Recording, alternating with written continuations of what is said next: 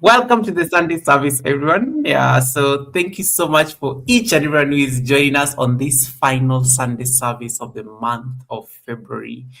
As I wait for you guys to settle in, you can see the beautiful lady on my, is it? Yes, on this side, on this side. Is it on my, I don't know if it's my right or left, but you guys, whatever side you are seeing. Yeah, the beautiful lady on my left, I left because it's my left shoulder. Is going to join us for this final amazing conversation around healing, grounding, creative expression. I don't know. This is going to be a very soulful and full conversation, and I'm glad that I made it. I'm glad that I made it. Tiffany, you're looking amazing. I can see. What time is it there, Tiff? Like you just like having your coffee there, and I'm just having my water. It's 9:30 a.m. So we're quite the difference. Is that Kasha? Good morning. It is 8:33 p.m. in Kenya. Oh, we're 12 hours. Oh no, 11 hours. Ah, you're 12 hours behind? Well, behind what day are Yeah. you? Are you the Actually, 22nd? actually, actually, you're right. It's 12 hours. It's like 9 plus. Oh my goodness. You're 11 hours behind. Yeah. So yeah, so Amazing. you're into the 23rd or are you still the 22nd? No, still the 22nd. There, Okay, there are a okay. lot of We're just there are a morning lot of guys. there are a lot of twos in my calendar. I see a lot of twos in my calendar today. Like that spiritually, it has spiritual meaning. Of course, I'm sure you know this. Yeah. So many twos today, guys. Welcome. Don't mind me, and Good Tiffany and I were morning. just trying to catch up on small talk, and I'm just so excited. I made it to the Sunday service, y'all. In between flights, delays, and hotel rooms, and I don't know, just like been a mess the whole week, but there's something I learned in that entire chaos. I was actually just writing my reflections on my community post. Um, that sometimes you have to trust the reroute, and sometimes you have to trust the disruption. It was actually that was the word, Yeah. disruption. That appeared a lot. Disruption, yeah, and disruption sometimes reveals things, and I really needed to like be in that particular space. I see AutoCAD, Yes. Politica. Yes, welcome. Novelty. Novelties in the building. Novelty, beautiful live stream with Adventure Boss. I think I saw you earlier on when I woke up in the Yes. morning. I watched it I last night. Yeah, I see Keisha, my sister Keisha. Keisha, if my What's flight up, had Top? been Good morning. yeah, Keisha, if my flight had been cancelled, you are the one who would have like interviewed Tiffany. I was ready to I was ready to bring Keisha here to like hold the fort because I was not going to cancel the Sunday service. I was Miss Titi, good morning. Yeah, so Miss Titi, welcome, Miss Titi. Nice to see you. Welcome. Oh, Leo is my nickname. Thank you so much. I was struggling. Thank you for seeing that. I was struggling. Leo, thank you so much, Leo, for coming in. You can call me Leo. Yeah. So Leo. Oh wait, you can. Yeah, Leo. Perfect. I got it. Whistle Stop Homestead, welcome. Whistle Stop is saying hi to everyone. Thanks so much for coming in. Now, to those of you who are wondering what is going on, why is this? Why is Goga speaking more than Tiffany? What is happening here? So we are doing a multi-stream. We are doing a multi-stream where we are streaming on both channels. I usually host a show called the Sunday Service every Sunday, and I normally bring a guest to join me on the panel, a creator from somewhere else in the world. Just for us to be able to understand why they do what they do in terms of their content, and then we're able to learn from them, and just appreciate the diversity that is in the YouTube verse, so the YouTube universe, Yes. and also get to learn things from that. So we are multi-streaming. I'm in Kenya, Tiff is in Canada, but we are making amazing content together. So, and that is really the purpose of the Sunday service. So thank you so much for everybody who's tuning in. To those of you who are watching from my channel, there's a link I've pinned on top of my chat. It will take you directly over to Tiffany's site. So, as I said, you're multi-streaming, and that is a channel that is growing, and we need to push that channel at least to It is continue growing. really growing. I'm super Yes. impressed. Yeah, so we definitely need to take that. In case you have not yet connected to Tiff, the channel is called Creativity Guides Me. I want you to jump over there, connect, and get to watch the rest of the show from there. Please stay there. you don't need to like, there are no like receipts, there's nothing like, it's the same thing, it's the same thing. And we need to give us support, the way we normally give us support. So just jump over and I'll be able to see your chats. I can see your chats. I can see your chats. I can see Leo is from Brazil. I can see Titi is watching from the bushes because she's cooking for the family. I can see Kisha. I can see Eva Kika. I can see Anastasia Raid. Oh, yeah. Wait, what did you think? Anastasia sent an Anastasia Raid. I see it over there. Anastasia Raid. I see that. Thank you, guys. We got Title Pro and Wamu, Anastasia. Thank you so much. I love you guys. Thank you so much, Anastasia, for the raid. I really appreciate that support. Thank you so much for the love. I thank you. You could have picked anybody else. You could have picked anyone else, but you chose us. We appreciate you. You have no idea. Appreciate it. So thank you for choosing us. Thank you for bringing the flight here. Thank you for landing the flight here. And thank you so much, Anastasia, for the raid. Title Pro, welcome. Nice to see you. Thanks so much for coming in. Eva Kika is saying, greetings, Your Excellency. I am good, Eva Kika. Thank you for asking. Thank you so much for asking. And then Anastasia is so excited to see. She's like screaming Tiffany's name here. Guys, let us start. Let us put the Sunday service anthem to bring it, because I can tell the energy is already amazing in here. We can say hi all day. Don't worry. I promise. The energy is already amazing. Let's bring in that anthem so that at least you guys don't get bored. And we are going to greet you. We are going to make sure we greet you before we start our chat, because I know you people love to be greeted. Yeah. All right. Okay. Just confirm that you can hear me good. And I hear you beautifully. All right. Perfect. Thrive and Glow with Joe. Welcome and congratulations on your monetization. Why did you leave a party to only be for 1.5 hours? I was waking up and I found your party had already ended. That is Thrive and Glow with Joe. She had a nice, monetization.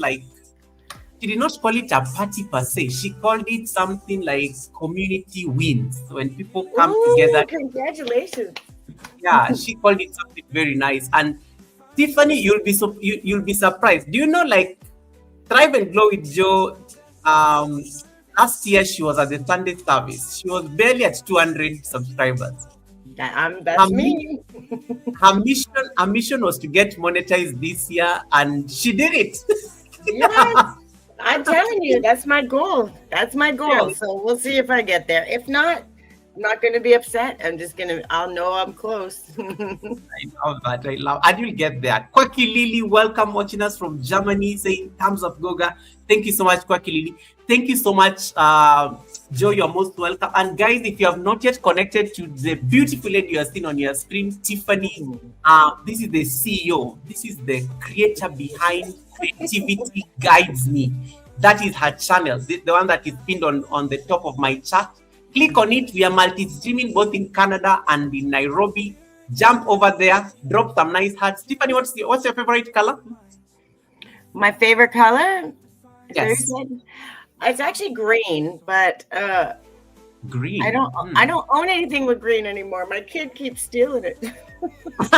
Don't worry. Guys, drop some nice green hearts in case you're over at Tiffany's live stream, just to confirm that you've signed up there. Drop some nice green hearts. Anything green that will make her excited. Drop it on that chat. So that I think Anastasia said she's going to get her tea. Did she say? I think. Did it come to you, or is it? I hope she got it. Anastasia, did you get the tea? Did you get the tea? And guys, we are going to talk about that tea shortly. Not tea like for gossip. Tea, like drama. I know, because some people here, when you say tea at the Sunday service, they start thinking, what's tea? Like, not tea for receipts. Yes. Like actual tea. It's so Tiffany, this is what I have to deal with at the Sunday service. You have to be very clear when you use words like because they're going to have their own interpretation. Not yet, but I know it's almost. Okay, good. You let me know when you get it. I'm excited. You see, I can see you guys laughing there because you guys had tea and you're busy already thinking, "Goga, what's tea? What's tea? What?" No, not gossip tea. Tea, tea. Thief, can you show them the tea? The tea Yeah, thief is drinking. That one. That one. real tea. That tea. Listen, we can always do tea time too, but that's a whole other day, not a Sunday service. You guys, thank you for making my evening. Don't get me in trouble. Yeah, Marcus, my brother from Germany, welcome as well. Thank you so much for coming in, brother. Guys, please give some love to Tiff. We need to get that house to 200 plus because that house I predict is going to get monetized in the next 6 months or less. It is going to happen. I think it's going to happen because she's putting in the work. I see You're her putting day. that pressure on. Yeah. No pressure, no pressure. I'm just saying that I can see it. I can see it happening because I see you. I see you putting in the effort. I see you growing something there. I see you getting comfortable on camera. It's happening. It's happening. It's happening. And I've been Joe, using your advice. and I'm going to assign. I'm going to assign you a buddy today. I normally assign buddies, and they normally don't like this, but they will do it. I'm assigning you a buddy. Thrive and Glow with Joe. You're going to be Tiff's buddy in this journey because you've experienced, you've seen it in less than a year. Ooh, I love that. Yeah. So Thrive and Glow with Accountability Joe. partners. That's it. That's the best thing to have in the whole world. Somebody to keep you on your toes. Yeah. So Thrive and Glow with Joe is going to be your YouTube buddy to make sure that at least in case Goga, you can't find Goga anywhere on the streets and you're stuck. She will give you the tip, and she's also committed to wellness. She likes those kind of conversations. So you guys you'll be a perfect match. So Joe, I'm not trying to abstain from my duties, but I'm just saying, you know better. You can give us some mentorship there. Not everyone media, welcome. Kwaki Lily says, I am not connected to you, Lady Tiffany. I'm excited. Oh. You need to know Kwaki Lily is so funny. You will laugh, you will cry, you will scratch your head, and you just be like, uh-oh. Those are my favorite people. We have to be multidimensional. We're all Sheena, oh my goodness, Sheena is in the building. Sheena, I saw you and Shay selling things at very late at night. I was like half asleep. I saw you and Shay, Sheena. I was like, what is going on? This is not Sheena. Shay looks amazing with her blue hair. Sheena is my sister on YouTube, guys. Just so you know. Yeah, Sheena is my sister from YouTube all the way from Oklahoma. Not Oklahoma. There's a time my tongue slipped and I said Oklahoma, and people just cannot hear the end of it. Yes, Sheena is my amazing sister. You all know Sheena. You all know Sheena is my girl. So please make sure you say hi to her. Sheena, I love what I saw. You are mentoring your daughter to take over. I was like, she has really taken over Sheena's show. I was just like, oh, she's doing amazing. She's doing amazing. So Sheena does she sells stuff on her channel, jewelry mostly, and she does an amazing job at it. And she's also a Reiki. She's Canada? She's also a certified Reiki teacher. So it's like these are Tiffany's guys. Tiffany is your girl. Tiffany is your girl. You guys, I think there's a lot of alignment today.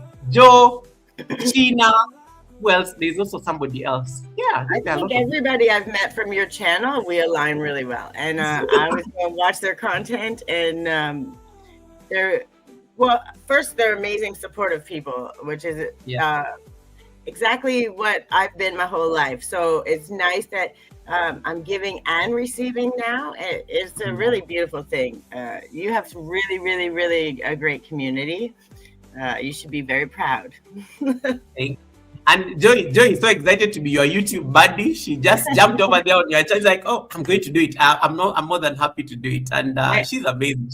I'm trying to give them mod status so they can connect with each other too if they're not. Yeah. Novelty, before we came to the Sunday service, Tiffany was asking me backstage whether you've ever been to the Sunday service, and I told her yes. So now I have to go find it and watch it. Now she's going to look for the receipts. So brace yourself. You'll see her comments on the Sundays. Oh, and she also did it on her channel as well. She also streamed. I think I was one of her first, if not the second collaboration. Perfect. Probably. yeah, I mean, it's not the fact, because I know she did something with Reds, and then I think I did mine later on.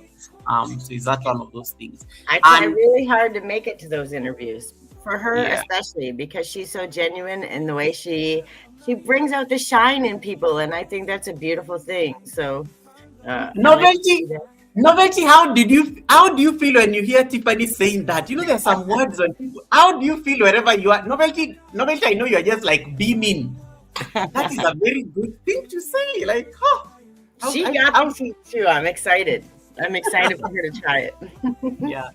Oh my goodness, Sheena, I think you're doing an amazing job mentoring your daughter to take over. She was doing amazing. I think I just liked how she was interacting with people, and she's a few things dropping. Camera is still a bit of an issue, but I could tell you are just leading her in the background because you kept on telling her, "Oh, don't worry, I got you."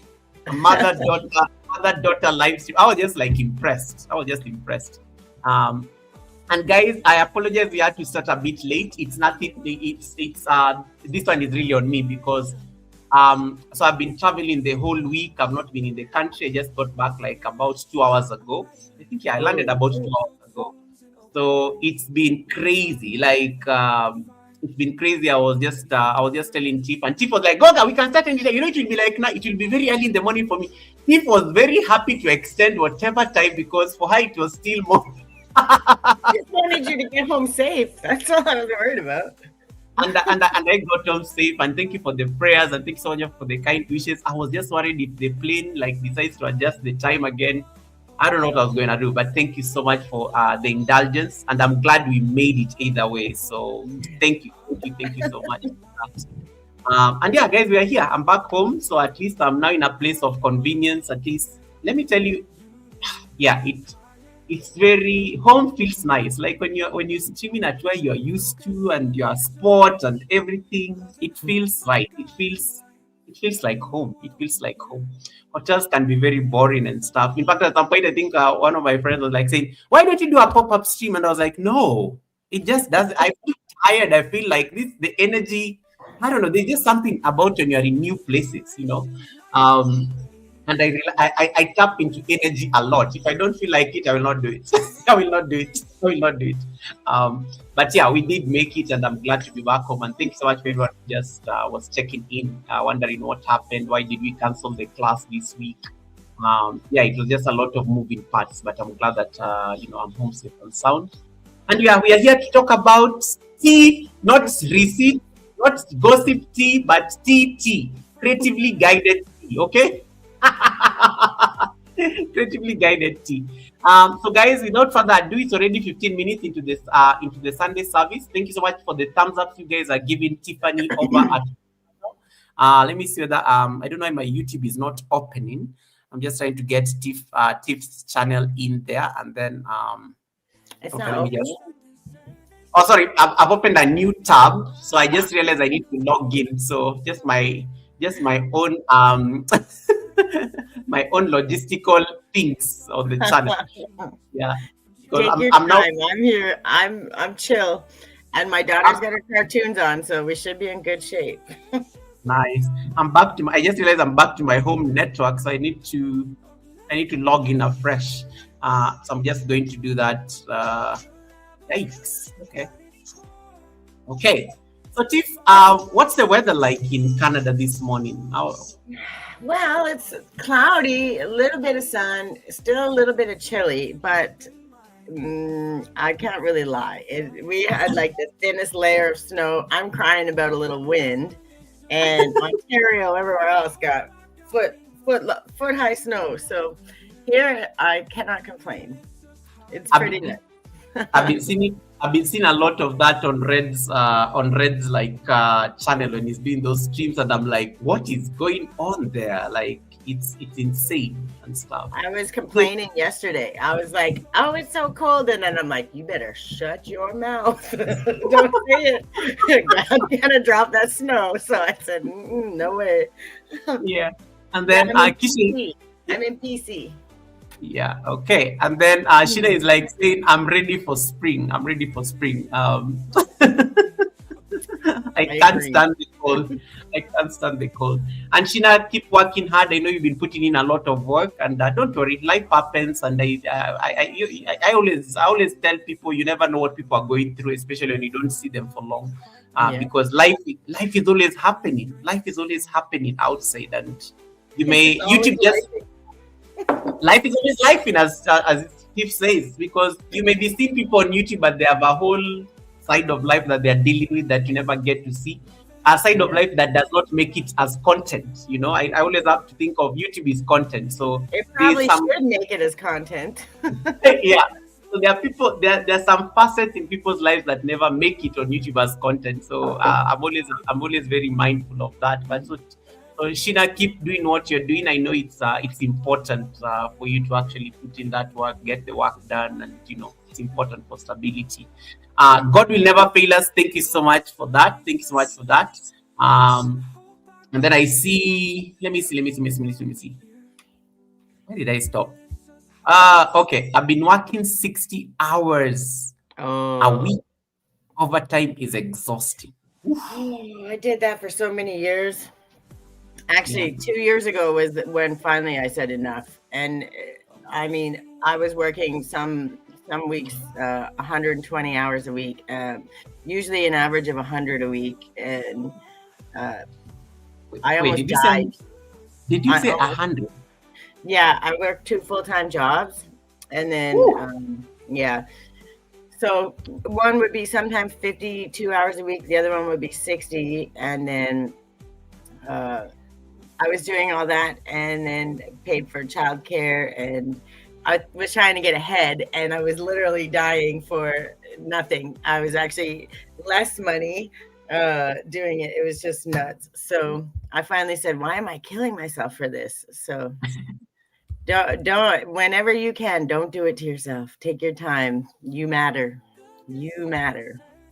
I love that. I love that. You matter, everyone. You matter. That was powerful, right? And we've not even introduced our guest, guys. I know you guys are wondering. I just want, yeah, you matter. All of us matter, guys. Let me see. I'm just trying to just keep tabs on the chat for me as I do this. I'm trying to log in onto my account. Is it not showing on your thing? No. Like because when I traveled out of the country, so because of security, I think my account logged me everything because of new networks. So now that I'm back home, it has prompted me to like sign up afresh. So because I've been using my phone a lot than my computer while traveling. So my phone never locked me out of these things. I'm actually super excited. But we've been starting to finally make a little bit of money. I'm not rich by any means yet. I am spiritually rich, but I'm waiting for my new computer and a new phone, new used because I'm cheap. But the difference in how it's going to work is enough that I won't be cussing at my phone every other minute. So I'm super excited. I haven't treated myself in a long time. So that was meant just for me, for my own peace of mind. It's nice to be able to start finally doing those little extras for ourselves, I love that. Joe, I don't know what you are updating me on. Just like stream already started. I did not get what you asked, what you're saying. But anyway, you can advise me. You can send me an inbox in case I'm not getting it fast. Okay. Sheena is talking about doing a weight loss, a weight journey, another weight loss journey again. Nice. I lost a lot of weight when I went keto last year. So now I think I'm trying to get my 1 kg back, and it's not been promising because I totally changed my diet. Yeah. Okay. Chistan is saying I'm watching from the bush for a while now. Driving. I thought, oh my goodness, this one is going to church and is busy watching the Sunday service. This one I know she's going to church right now. And please say hi to your husband, Chistan. I know your husband is there listening as you're watching. Please say hi to him. drive safe. Don't be watching the chat. Watch the road. I love that. And then I see Everything Africa with Oma, the lady who made everybody almost lose their. You are there, Tiff. You remember when I raided you guys there when we went to Everything Africa with Oma, and you are like, "There's so much noise here. What's happening?"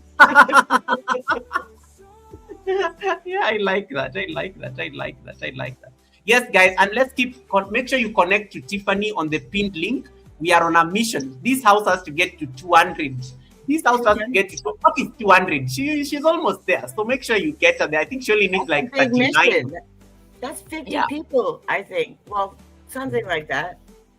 Yeah, only actually it's less than 50. It's actually like I think it's 39 in my guess. It should be 39. Wow.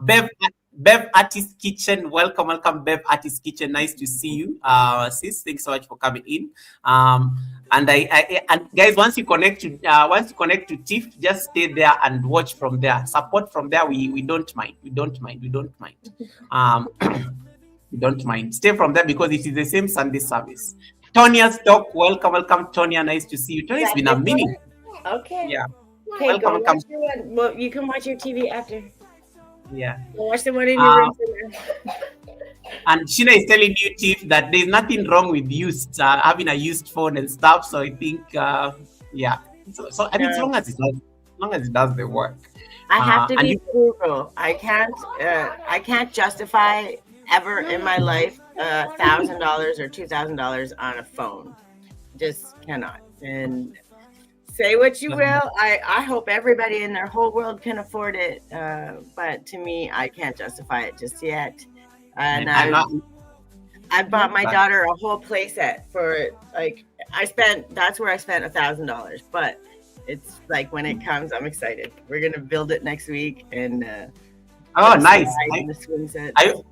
I hope you're going to record it or do some content with it because that is something.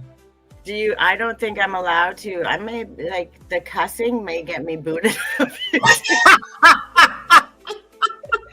Listen, I get excited about stuff, but I also know my mouth. I can get myself in trouble real quick. I like your self-awareness. It's actually amazing. I like your self-awareness. Marlon, welcome, Marlon. I see African Rural Lives. Thank you so much for coming in. Thank you so much, guys, for the love. Let me see if I don't miss the chats. Tony is like screaming. Tony, it's been a minute. How have you been? And then I see let me see that I missed anything. Goga, are you trying to lose weight? Let me know, please. No, I'm not trying to lose weight. I've already I don't do anything to lose weight. I do things to like maintain my weight because I think as you grow older it gets difficult doing certain things. So I'm just trying to be very intentional before I hit 40. That's what I'm trying to do in short. Yeah. Before the big 40s come here, so I'm just trying to be very intentional. That's all. I'm not trying to lose any weight. Miss TikTok, and I thought you said you're in the bush. Why are you busy asking me questions? I thought you said you're watching from the bushes. You can't be asking me these kind of questions for your content and receipts. I have to defend Miss TT. You don't be giving her trouble. I love that lady. I have to hold her back. Now you do gotten God. She said you. Now she's gotten God will never fail on this entire train, and then they're going to start a whole rumor that GOGA is on a weight loss program because Sheena is the one who started this conversation. Miss TikTok, I am not trying to lose weight. Let me say it loudly so that I can use it as evidence in case I see you making content about me in the course of the week.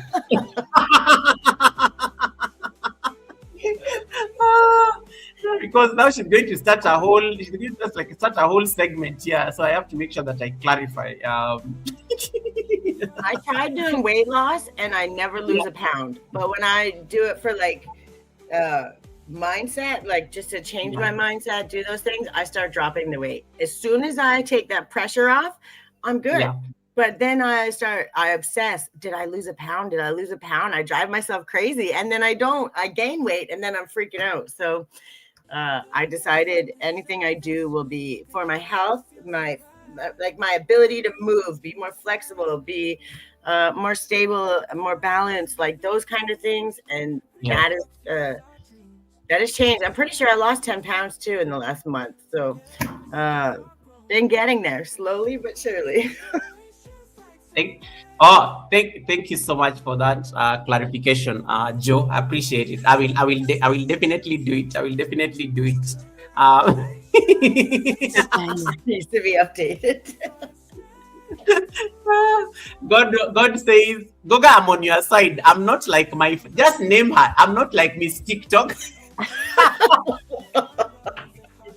Don't be afraid of her. I will protect you. I know you are. No, I got you, God. God, I got you. I got you. I got you.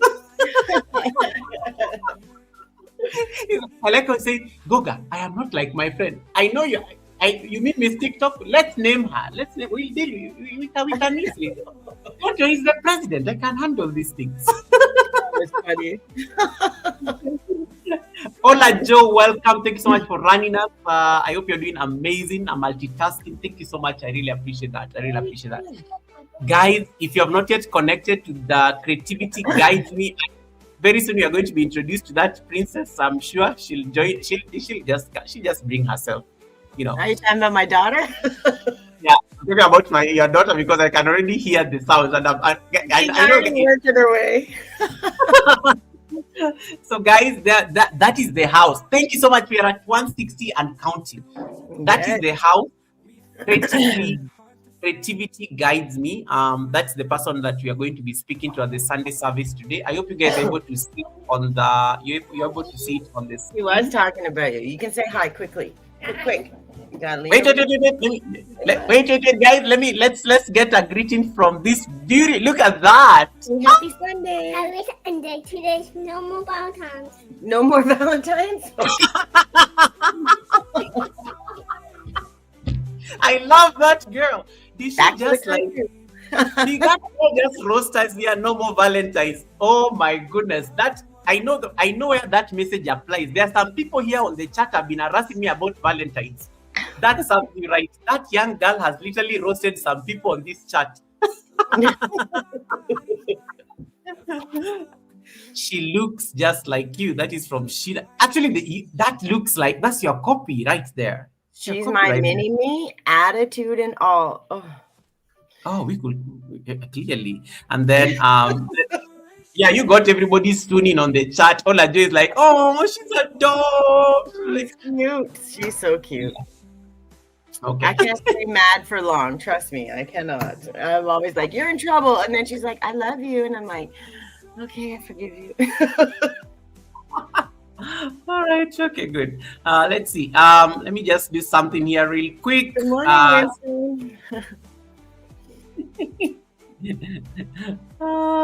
all right. Hey, Win, nice to see you, Winston. Thanks so much for coming in. Wait, I can see my live stream. Anastasia, refresh. I can see. Goga, the stream is still starting shortly. Oh no, we are starting. We are starting right now. We have to greet you people because so that others you guys will end up saying that, oh Goga, why are you ignoring us and stuff? Hey, Tommy Russell, welcome, Tommy Russell. I like how Tommy Russell is saying, hey, blessed and thrive, great names. Yeah. Yeah, I love that. Yeah, Thrive and Glow with Joe. She did a rebranding. She used to be called Joe Delaney. And then she just went and did a whole overhaul, did logos and what. And now she's Thrive and Glow with Joe. And I think it has stuck. Yeah, it has stuck. Winston, welcome, brother. Winston, nice to see you. I hope you're doing very well. There are people here who are busy like saying, why did that girl roast us about Valentine? Yes, those of you have been over trying to like drag this entire Valentine mess. You've been caught. Tiffany's daughter, bless her. I love how she just dragged all of you. Let it go. Let it go. Valentine is gone. It's like it's the 22nd of February. Make yourself your Valentine. Buy yourself the flowers. Spoil yourself. What did you do on Valentine's Day, Tiff? Me? I hung out with my kiddo. We made heart cookies. They were a disaster. I was gonna take some pictures, but she got excited with the icing, and it was a disaster. It tasted really good. We do a lot of that on the weekends. We make messes, and experiment because she's going to be a scientist. I think she really likes to mix things. Good stuff. Hi, Winston. How are you? Yeah, Winston is screaming our names. Thank you so much, Winston. Appreciate it. Guys, once again, if you have not yet clicked on the pinned link, in case you're watching the stream from my side, if you have not yet clicked on the pinned link, jump on that pinned link. Go and watch we are multi-streaming both on Creativity Guides Me and here at Yoga with Goga. I encourage you to jump over to Tiffany's side and watch the stream from there so that at least we can give us some love. This is a channel that I'm very keen to see grow and thrive and because she's doing an amazing job and she's just a pure soul. I'm saying this not I'm saying this not just out of malice or maybe to massage anyone's ego. You will see it because the first time she came here, and Miss TikTok, thank you so much for making that happen.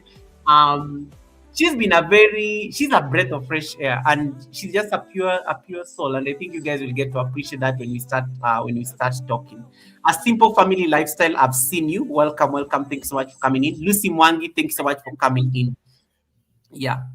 Do you want to be my friends? Yes, Lucy Mwangi, we are all friends. So thanks so much, Lucy. I can see people are connecting to Lucy. Lucy's like, do you want to be my friends? Wait, we are not just friends. We are family. Yes. Very much so. Yeah, we are family here. We are not just friends. Yeah, we are not just friends. And then Wamuyu, thank you so much for coming in through the raid. Anastasia, blessed once again. Thank you for the raid. Miss TikTok saying, yeah. Oh, she's such a nice person. I love Tiffany. Yes, Tiffany is the owner behind Creativity Guides Me, the channel that is you guys can see on the screen. Blessed Lavette, welcome, Blessed. Thanks, I love that name, Blessed Lavette. Yeah, Blessed Lavette, welcome, and thank you so much for the greetings. Right, guys, without further ado, allow me to read a short introduction before our guest introduces herself, and then the rest we'll discuss as the stream continues, because this is the first guest. I think we have spent enough. I think more than like 30 minutes just saying hi to you people. So let us. That's how cool she is, and we are going to just like have a conversation around all these things that you wanted to ask. If you have any questions for her, put them down somewhere. You are going. I will highlight them for her so that she can like talk about them. Like I can already. Melanated in the garden is saying, I'm here to learn about the tea. So you can already see that interest that is already picking up. Yeah, so whether you want to like learn about the tea, whether you want to learn about healing, whether you want to learn about creative expression, whether you want to just like look at her eyes, because yeah, she has amazing eyes. One of the things that you notice about Tiffany is her eyes.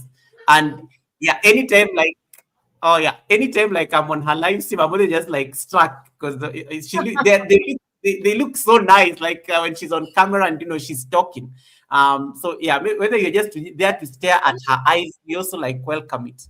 Whether you're there to like peep and see that beautiful mini hair, it's also perfect and it's allowed. But one thing that I want you to do, click on the pinned link that is on top of my chat, and then make sure that you're part of her community. Then you can get to be part of her daily live streams that she normally does on her channel, where she tends to have a lot of she's exploring, and that's the beauty of building a channel. You get to explore a lot of things.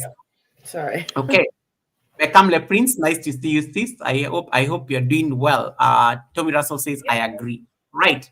That said, let me pull my introduction here real quick, and then you guys can then we can get this show on the road. Right. What is it? Stop sharing. No worries. Okay. So I'm just going to introduce our beautiful guest so that you guys can have a sense of who she is. Creatively Guided is built on a simple truth. Self-love is not selfish, it is essential. And it belongs wherever people gather. Tiffany, the beautiful lady you're seeing on the screen, the founder of Creatively Guided and also the YouTube channel Creativity Guides Me. She's a heart-led wellness practitioner. And her work is born from lived resilience and a deep commitment to rebuilding from within. Her work did not just begin in comfort, it began in uncertainty, in motherhood, in survival, and in the spirit of quiet courage, choosing not to remain a victim of her circumstances.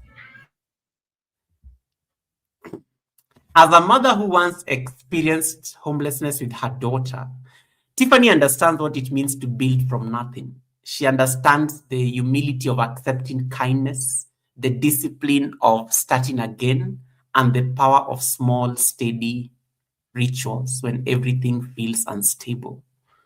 That chapter of her life did not define her, it refined her.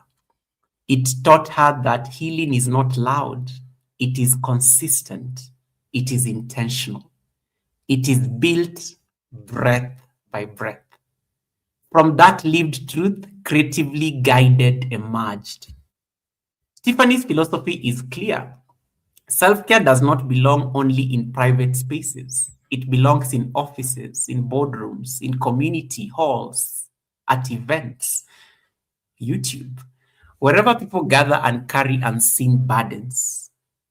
Through grounded corporate workshops, healing community circles, and heart centered keynote talks, she weaves storytelling with practical, accessible tools that help people slow down, breathe, and reconnect with themselves. Her approach is gentle yet transformative. She can be very direct, by the way, which can ruffle some feathers, and I love that about her.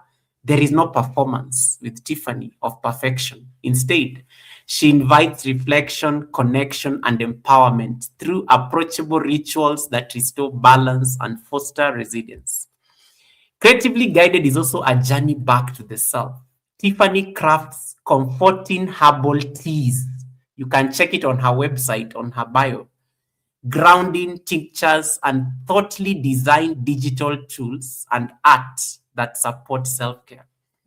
Each blend and offering is created with clarity and intention, designed for real lives, real people, real schedules, and real healing teas. The focus is not on dramatic reinvention, but on small, repeatable acts of self care that compound over time. Whether facilitating corporate wellness sessions, leading community conversations, or delivering addresses on rebuilding and self love, Tiffany ensures that every experience leaves people seen, supported, and equipped. Her work nurtures mind, body, and spirit, reminding people of their inherent worth and their capacity to begin again. Creatively Guided stands both as an invitation and evidence. For you, as content creators who are going to be listening to her right now, you can lose everything and still rebuild. You can accept support and still remain strong. And you can choose every single day to guide yourself back home. Tiffany, I may not have done it justice, but welcome to the Sunday service. You almost made me cry. That was very beautifully. I loved reading your website, and for me, I wanted people to experience the full facet that is and creatively guided. Welcome to the Sunday service. To the people who are seeing you for the first time, maybe just a quick chit chat and introduction to who is Tiffany, what does she do, yeah. I'm not sure that I can top that, to be honest. It was extremely beautiful, and it was very true. It's not about boosting myself up. It's about just knowing from enough. When you've had enough learned experience, you become a master of things. And it's kind of funny because I just want to go back for one moment. Winstone, the first live that I went to, he was talking about book, like studies, your diplomas, whatever you want to call it, certification or actual experience. And I always said lived experience. Okay, nope, stop. I'm talking. Go sit down. Yeah, she always does it. She waits till I'm talking. Yeah, it was just one of those things. And I was like, listen, lived experience. It's going to be when you've lost everything so many times, you've seen every edge of the curve, right? You kind of know where you fit. When you've been the boss, you've owned your own stuff, not just here, traveled all over the world. You've seen the good, the bad, and the ugly. And uh, every time you think you're not going to make it, every time you think it's the worst of the worst of the worst, somehow it doesn't matter. Even if you're crawling through the mud, you make it, right? And you never seem to look back though and say, man, how did I get here? How did I get here?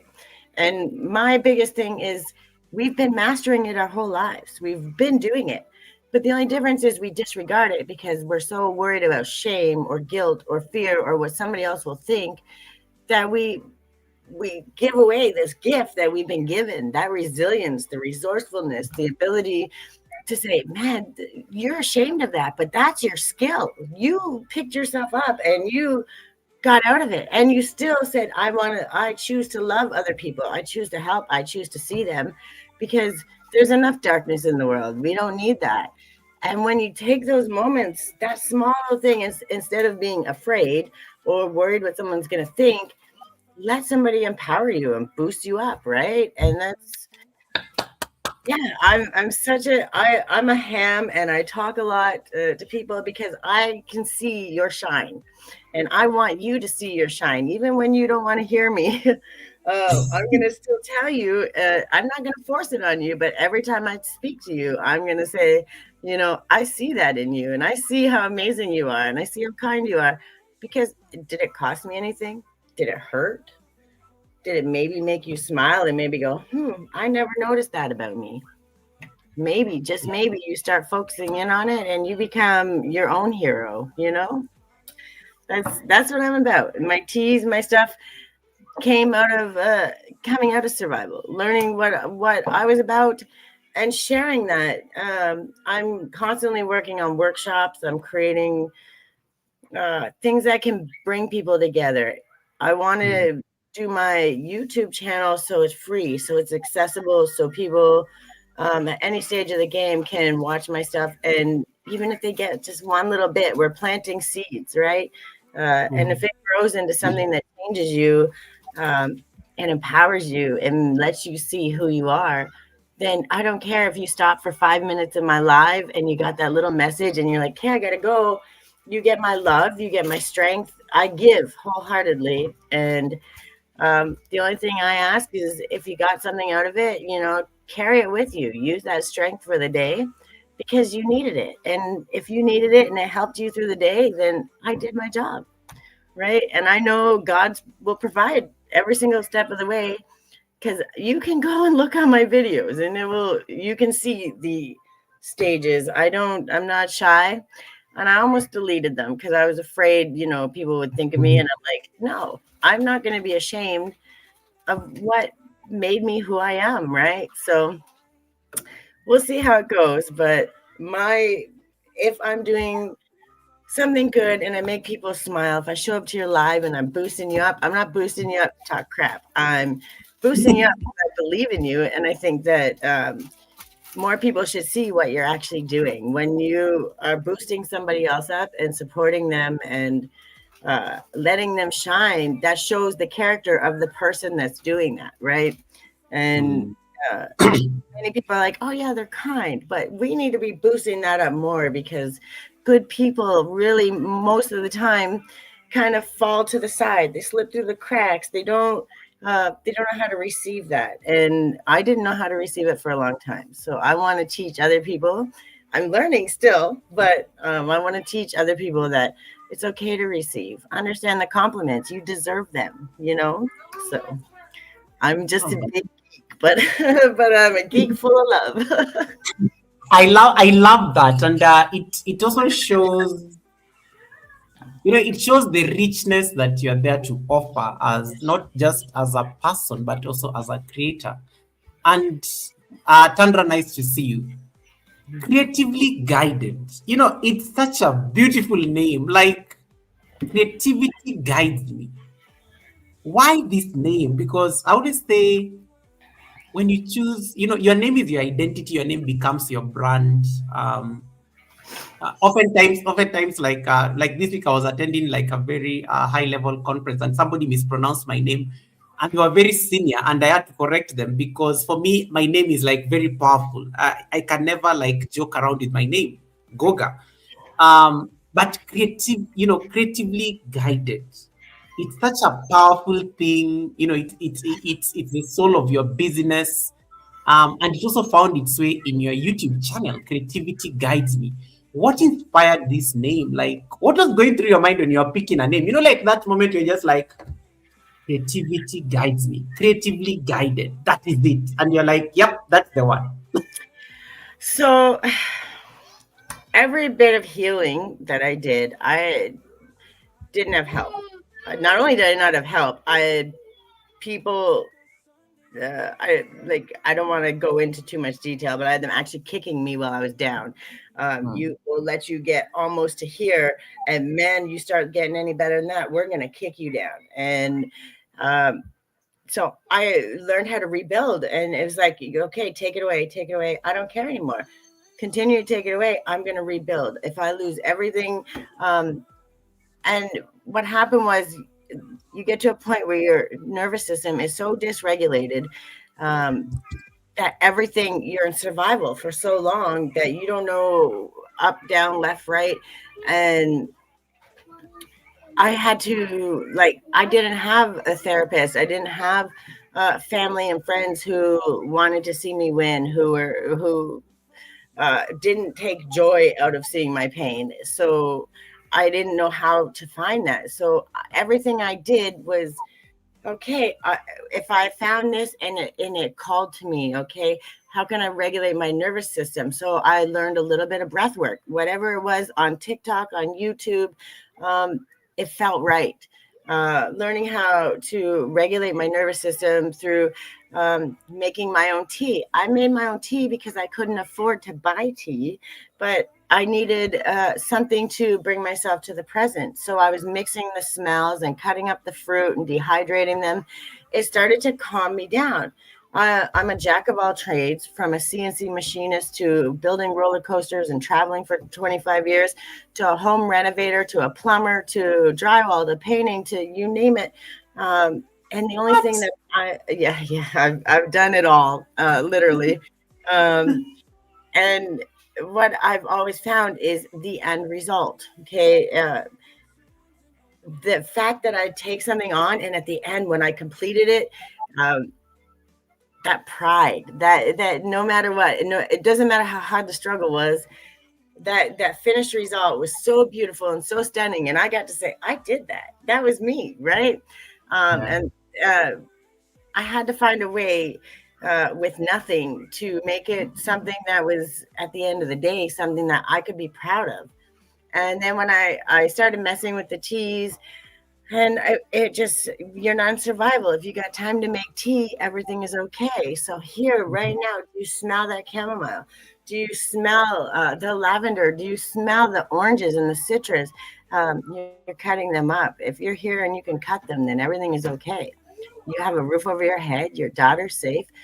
Do we want and everything in my brain was just screaming at me.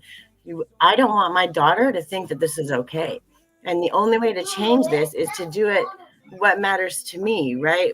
Focus on what matters to me and let her know, even in the thick of it, she's always safe, because home isn't the four walls that we live in. It's here. And if we're safe here, we can always rebuild. I can walk away with nothing right now. And as long as my daughter is safe, as long as she's with me, then we're going to master it. We'll figure it out. And I've proven it time and time again. I was given the gift of strength and resilience, and I have strength for probably 100 people. And but I share it, and I will boost it, and I will show you your strength. I will teach you your strength, even if it's a little thing. Every time I see you and I boost you up a little bit here, I promise you, every single time you're in that struggle, you're going to hear my voice. You'll hear it. It'll pop in, and you'll be like, oh, that girl. Oh, I know. I've had people actually be like, you wouldn't believe me, but it's true. When you when you realize and when you stand for something, okay, I know that I'm not the only person on the planet that has been through that struggle. So I may not know who you are, you may not share it with me, but I promise you, when I speak my words, I'm speaking them because you're meant to hear them. And if it sticks, it's going to it's meant to boost you up. It's meant to make you strong and meant to make you see that you're safe here.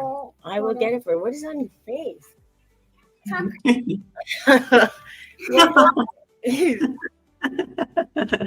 She's still in Sunday pajamas. She's not messing around. It's on the counter. Sorry, guys. She's got chocolate on me. Yeah. I like what Rebecca is saying about, yes, staying with yourself matters more than staying perfect, more than staying perfect. Yes, ma'am. Yes, ma'am. Yeah. Grace, get down. You're going to break your head. Yeah. Okay, but I love you. I don't want to see you break your head. Shamsad is saying she looks so pretty. I know. She's going to I just have to get her a drink because come on, move over. She's playing. All right. Okay, guys. Thank you so much for the love you're giving. You're giving our guest co-host. That is Tiffany, and this is her channel. And I really appreciate you guys jumping over there. Just maybe give us some love. I was also trying to share the website because she also has a website in case you want to support her business, because she definitely she has these amazing teas, which she's going to talk about it. But if you're in the US, if you're in Canada, she can easily hook you up with her teas. The teas are also there on her website. So let me just say that I can share the screen. So that's what I was sharing earlier. You can pick the website link on her homepage. So while you guys are busy supporting her on her channel, and you want to just understand about her page, about her workshops, about her her classes and whatever it is there on the website. You're able to which she built herself, by the way. That's something that she's going to talk about, which she built herself. You said something very profound when you're introducing yourself, and I think for me it really struck me that it was never easy for you to receive kindness. It was never easy for you to receive kindness. And we were having this joke the other day, I think about like last month on this, not at the Sunday service, I think it was the Wednesday class, where we were joking about how some people are very horrible at accepting compliments. And sometimes it just takes you to say thank you. And you don't need to explain, because what I normally see most people on YouTube, particularly when you give them a compliment, they start explaining. Like it's like they feel they are not worthy enough of that compliment. They start defending. I'm still guilty. Yeah. So accepting kindness, why was it important? Because that right there is like a lesson. It's like a lesson, and for you to pivot to a place where, like, when people are being kind and you can see it for what it is, and you don't start suspecting any ill will and whatnot. How do you get to that particular space? Why was it difficult to accept kindness? I know the difficulties, I know the challenges, betrayal that you may have been through, but what does it take to accept kindness? And sometimes kindness is just a nice compliment. Somebody says, "I love your eyes," and it's just, I'm just saying what it is. So when I was growing up, first of all, my eyes were the big. It's kind of a joke to me now, and I can laugh about it, but I used to get picked on so badly for my eyes that when people would look at me, like, they would make fun of me. And then when people would look at me, I would hide my face, because now I'm like, it's such a different thing. It's like completely the opposite of that, right? Because it was like they were always making fun of me and I was ashamed of it. Now everyone's like, "You have beautiful eyes," and I'm like, they're just my eyes, right? Like, I don't know how to. Sometimes I laugh about it, but the compliment stage part of it was when you go through enough trauma, when you go through enough, you become so desensitized to it, not for other people, but for your own self. You're like, oh, well, at least they didn't, punch me out this time. At least this didn't happen. And so I know I'm kind of like being facetious with it, but you're trained for chaos. You're trained for trauma. You're trained so much.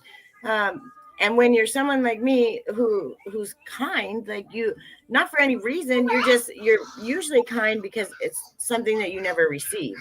Look at her in the background. And they're usually kind because it's something that you've never received. So of course you never want somebody to go through the same thing that you went through because it's just horrible. And why, right? So Mm. me, I could talk about giving kindness. I could because it, and most people would put this taint on it, like this tinge of badness, like oh, you must have did it because you wanted something, like those kind of stains, right? So then you would feel bad about oh, well, it's not that big a deal. I only did this, right?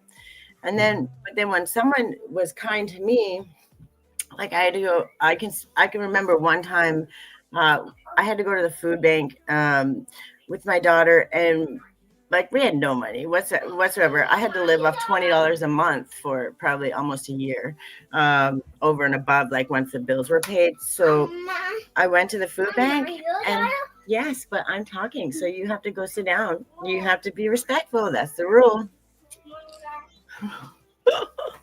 But so we went there, and they took my income, they did all the stuff. And I'm like, I don't, the lady said, listen, I know you're struggling right now. She wrote down, she changed the thing. She said, for this month, we're going to act like you're a household of 4 people so we can stock up your freezer and get you a little bit of something, right? And I was so choked. I'm trying to walk through the food bank, and I'm just blubbering in tears because I can't understand why this lady's being so kind. I didn't, and then when I'm talking about it, like it sometimes still will catch in my throat because learning to understand that you're worthy of that kind of kindness, that same kindness that you would so freely give, Mm. it was such a hard thing. That's why in my Fire and Flow series, there's a breakdown, and it's called the kindness that breaks you open. And there's that moment where that people get afraid in your healing. You're learning that you're worth something means it just matters so much. And when somebody is kind to you and you don't know how to accept it, you want to push it away. It just feels so foreign, right? And then you feel guilt and shame and all those things where you should never feel that, but because it's been programmed into your brain that you're not worth that, you have to Mm. relearn that. And I focus on that part. I break all of them down in bite-sized pieces. And the reason I do that is because most people self-sabotage. When you get to that part and that weird kindness comes in and you don't know what to do with it, you think you're screwing up because you want to push it away. You think, why? I'm not worthy of that. Why would they do that? And then you go full sabotage mode. You spiral. And um, I talk about that one because I've been there. And I know if I've been there, someone else has. And I don't want somebody to feel like throwing it all away or be terrified of it because they didn't know how to accept that they were worthy of it. It takes practice. It takes time. It takes yourself buying yourself that little flower. It takes time to sit down with your tea and say, I deserve this 5 minutes. So I learned through experience, and I learned through sabotaging. I learned through throwing myself away, not showing up for myself. Like, how could I possibly be worth it when my whole friends, my family, every person I ever known and loved betrayed me, right? They Mm. literally betrayed me, caused trauma. Um, Learning how to accept that and understand that that was their trauma. That was their own thing. It didn't affect, it wasn't my worth, was a very hard part to accept. So when I talk about healing and I talk about the things like I do, and when I break it down like that, it's because if you get scared at that point, if you get stuck at that point and you're ready to just give it all up, it's so messed up that the reason you're going to give it all up is because somebody decided you were worth it, right? Like that to me is devastating. So I talk about it so everybody knows that's not a thing. Take your time. Yeah. Guys, drop some nice green hearts over on the chat. We got you holding the space. And I like what Tribe and Glow just came through with the blessing. I completely agree, Tiffany. And she gave us she painted the chat orange. Appreciate your support for everyone. Great service. Great I service. appreciate. She just Sorry, I affirming. get emotional, but not for the reason that you may think. I get emotional because I see people still go through that, and it hurts me to my soul.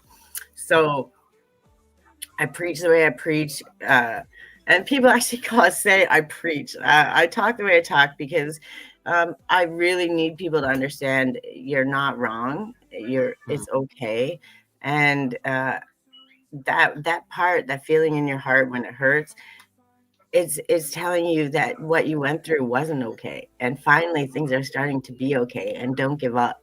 And that's the important part. That's so when you see me going, it's because I can feel your kindness and your love.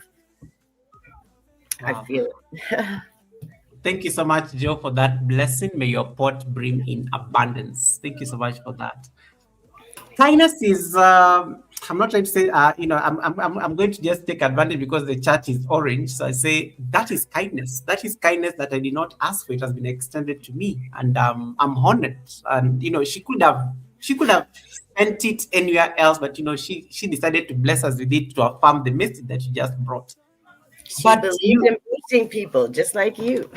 absolutely. And betrayal is, and I'm picking this because it's just going to help us also understand, because I know a lot of people have also been going through this. Like, betrayal comes from very different places. It can be family, it can be friends, it can be colleagues or co-workers, it can be betrayal either way. And sometimes, it's people maybe you deeply loved at a particular, point in your life and whatnot. And and sometimes it's like, sometimes healing is sometimes walking away from certain relationships. Sometimes healing is like moving away from certain spaces. And it's very difficult because maybe these are spaces that, okay, they were comfortable, they felt safe at a particular point. And one of there's something somebody once said when I was in my 20s, that, and I've never forgotten it because it was so random, and I think it was in a church or something. Elevation requires separation sometimes, and it's very painful. It's very painful sometimes because that separation sometimes means you are choosing yourself. Mhm. For you, it was people as close as family, and they always say sometimes that family is like, oh, you may lose friends, but family is always there for you. But if you had to walk away from family, how do you build back better? Because that means you have to be on your own. There's certain like support systems you're not going to have in terms of your healing journey, because you've had to like let those relationships go. And I know there are people maybe going through that, even maybe watching us on the stream, or maybe there's somebody who has fallen out, maybe even with their sibling. Um, how do you navigate those dynamics where when family betrays you and you have to like choose yourself and still find healing because it weighs heavily on your heart? Well, I honest to God think that God gave me grace.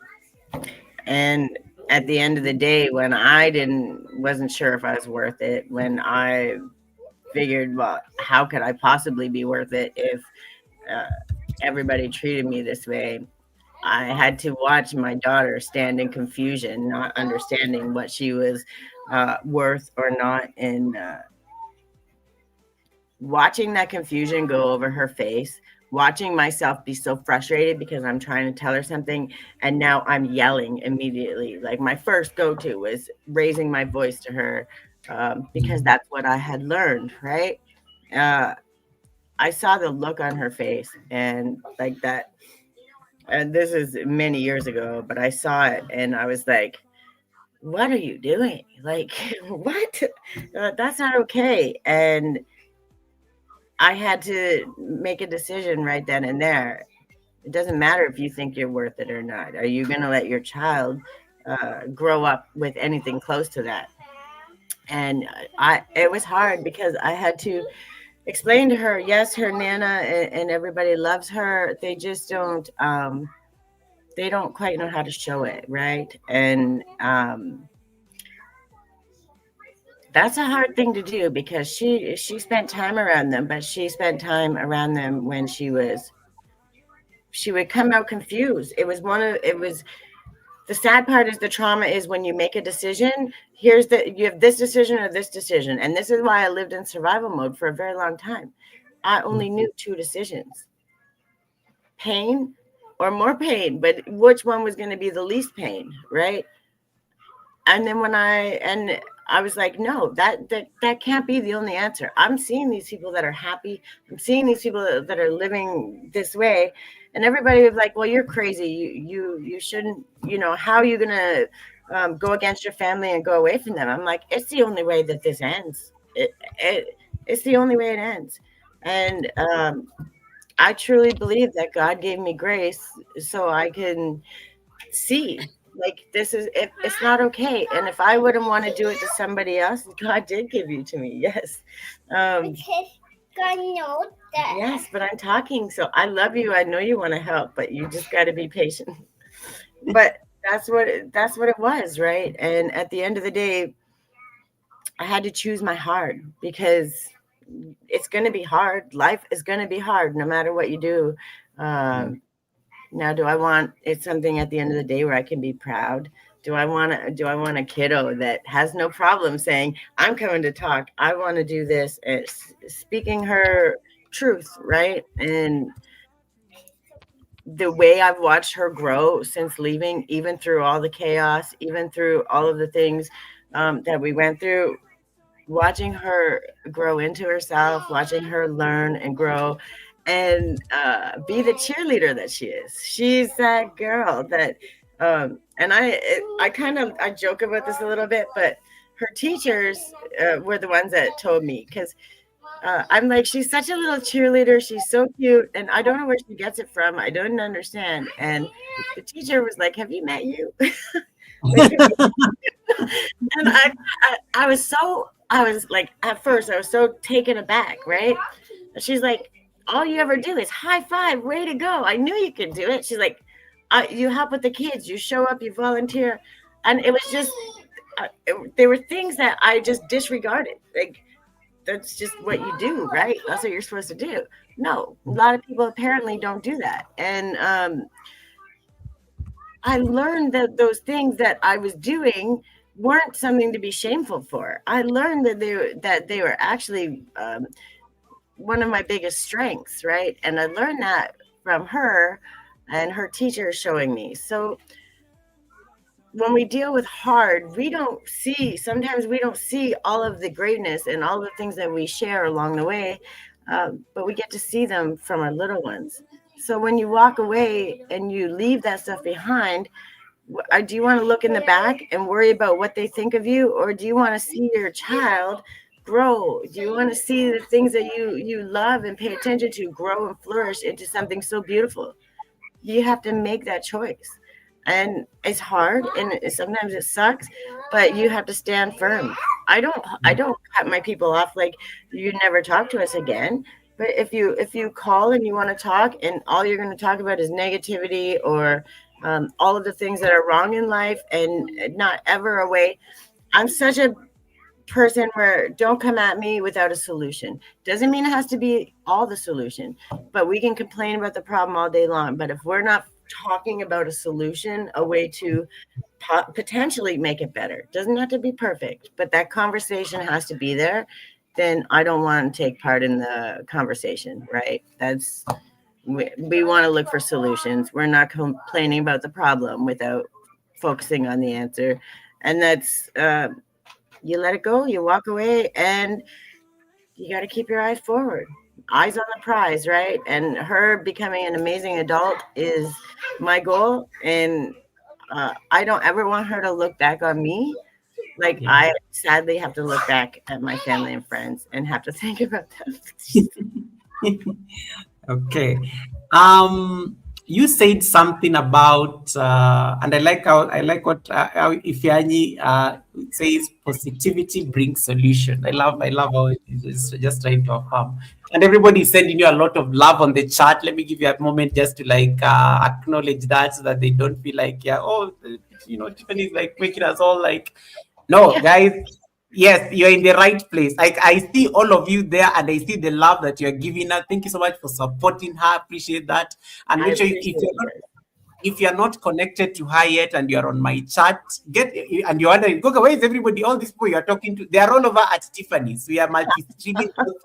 We are multi-streaming both here and there. So in case you are looking for receipts and some tea, just jump over there. You'll find everybody else there, and you can. And if you have any question, if you have anything that you want to like to just like put on the chat, and maybe you want a reaction on it, in case you are very curious about her work, her creativity, her teas, feel free to drop it there on the chat. There was a comment here by Tommy Russell that I thought I should highlight. Sorry, it started this way. So I was Tommy says Tommy was in Verizon. Was in Verizon and not getting my phone fixed yesterday. A woman walked in. She was very shapely, beautiful hair. I missed her eyes because she passed out a beeline to the counter, and then the story is not ending there. She commenced to screaming and cursing the rep. Went from beautiful to repulsive in a few seconds.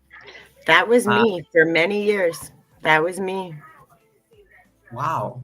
I was a ticking time bomb, right? The healing is not something, it's gross. It's gross, it's dirty, in the mud, deep down, make you sick, hard. It's the hardest thing you're ever going to do in your life. It really, truly is. But at the end of it, not even the end of it, because I don't think we're ever all truly healed. I think that, but there comes a point where even after that belly crawl, and that's why I tell everybody, I don't care who you are, where you're from, you master every single day. When you show up and you're still breathing and you're able to come here and you're able to watch this, it doesn't matter what you're going through. I don't care if you belly crawled to get here, rolled in the mud, you got to get up, dust yourself off. You're here. And next time you might crawl on your hands and knees. And the next time you might get up and walk, but tiny baby steps. But there's going to come a time where you're going to dance through it so gracefully. People are going to be like, how the hell did that happen? And that's what it comes with practice. It comes with baby steps. Healing is gross, but it's the most empowering, it's the most beautiful thing, because that compassion, which mostly we give usually to other people, but learning to give it to yourself before you explode, I was that lady. When I tell you, when the poor people at the counter, I'm going through every kind of craziness you can possibly imagine. And I just want someone to hear me. Just hear me, please. And then they get rude or get wrong, say something just a little snide. And I'm sending them to hell. Like, I can't even tell you the way I would spew just such anger for it had nothing to do with them. They were just this sorry person that got the end of the stick. And it got to the point, and immediately, of course, I would feel shame, humiliation, guilt, all of the things, because that's not the person I am. But that would make me shrink back, go into sabotage. I talk about that too. I talk about rage and anger and understanding and learning how to pause, taking those moments. And I talk about that because it's so important, because I promise every single person that's ever exploded like that, if they have just even an inkling of self-awareness, they've felt bad for that, right? So yeah, it's a messy journey, but those people, that lady, whoever that lady was, I'm not mad at her. I don't feel bad. I see me there, and I know that was me at one time. So I give her grace, and I no matter what would be like, okay, whatever's happening, it's sad that people are like that, but I can almost guarantee you 99.9% of the time, that person's really struggling with something. And when we learn not to take that on our shoulders and say, okay, I can't fix the problem, but I'm going to send out a prayer. I'm going to say, I hope it gets a little bit easier. Can we give them some grace? And I talk to God just like that every single day. I'm going to talk. I see an ambulance go by, sending out a miracle. I hope they're okay. That takes nothing out of your time. It takes nothing out of your day. You don't have to be on your hands and knees bow down. You talk to God how you talk to God. And when we take less shame, guilt, stigma out of that, we allow space for real healing, real growth, and real compassion for everyone, not just ourselves, for the people that we're encountering that maybe needed a little more in that moment than we do. So it was a great story, but it's also that lady probably was really going through a struggle. And sometimes that's all we're taught.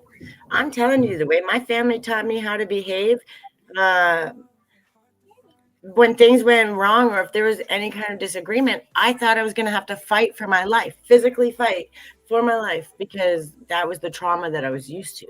So you don't know what somebody else is going through. And no matter, at the end of the day, yeah, sometimes it's repulsive and sometimes, you just want to back away from it. And that's because that's not who you are. But in those moments, trying not to judge somebody and say, they're probably really going through it at the end of the day. Just allowing that space for that, even if it's just in your own brain, it allows you to change that and give that compassion to those people. And in turn, it does come back to you. It will always come back to you. I Hi, love what Tommy. you said. Yeah, I love what you said. And thank you so much, guys. You're making me laugh on the chat. Mama Ifechi, focus. Mama Ifechi just like made me start smiling on the chat there because she distracted me there for a bit. She's like, "Hello, Goga Spineless." Like before she told me, "Goga, we are here watching in the bushes." And my brother Dizon is also in the building.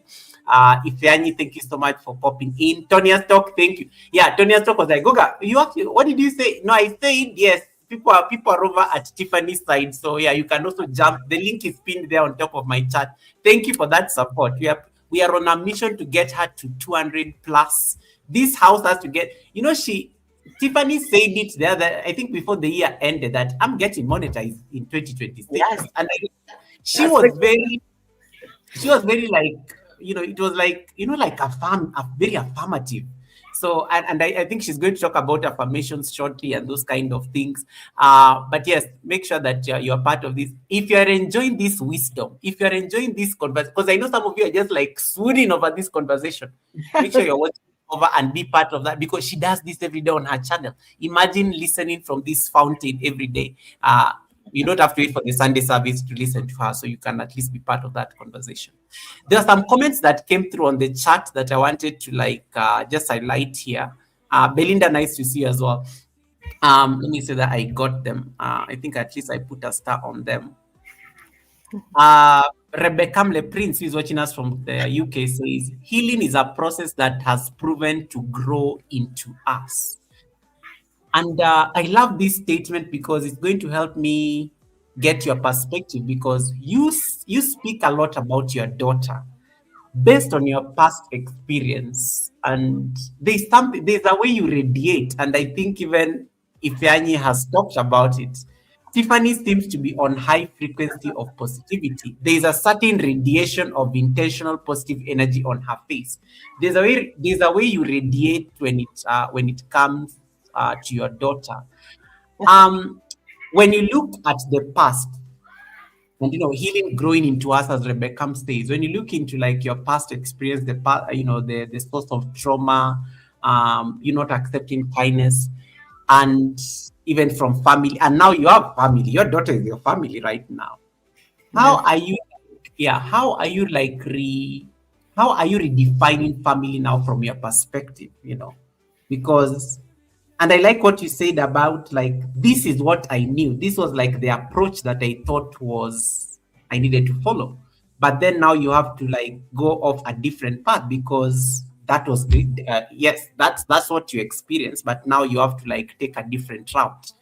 How are you like redefining family, and not just family itself, but how are you also just redefining living your best life away from the trauma, and just redefining things that somebody may have considered as a template or a blueprint of how life is supposed to look like? I get to choose. Ooh. Before, I was in victim my whole life, and which, by the way, call it what you will, we speak what happens in our life. Every single day, we're going to speak our greatness or we're going to speak hell onto the world. Okay. And trust me, I did my fair share of speaking hell. But at the end of the day, do I want to be known for that girl that was always a victim, always went through the stuff and couldn't find her way out? Do I want to be known as that? Or do I want to be known as someone who every day has the opportunity, I get up and I choose to be happy. I choose to be kind. And when you know and you understand that duality is a choice. It is something that is. We have the ability to be the biggest monster and the ability to be the greatest, sweetest angel every single day. And free will was the gift given to us.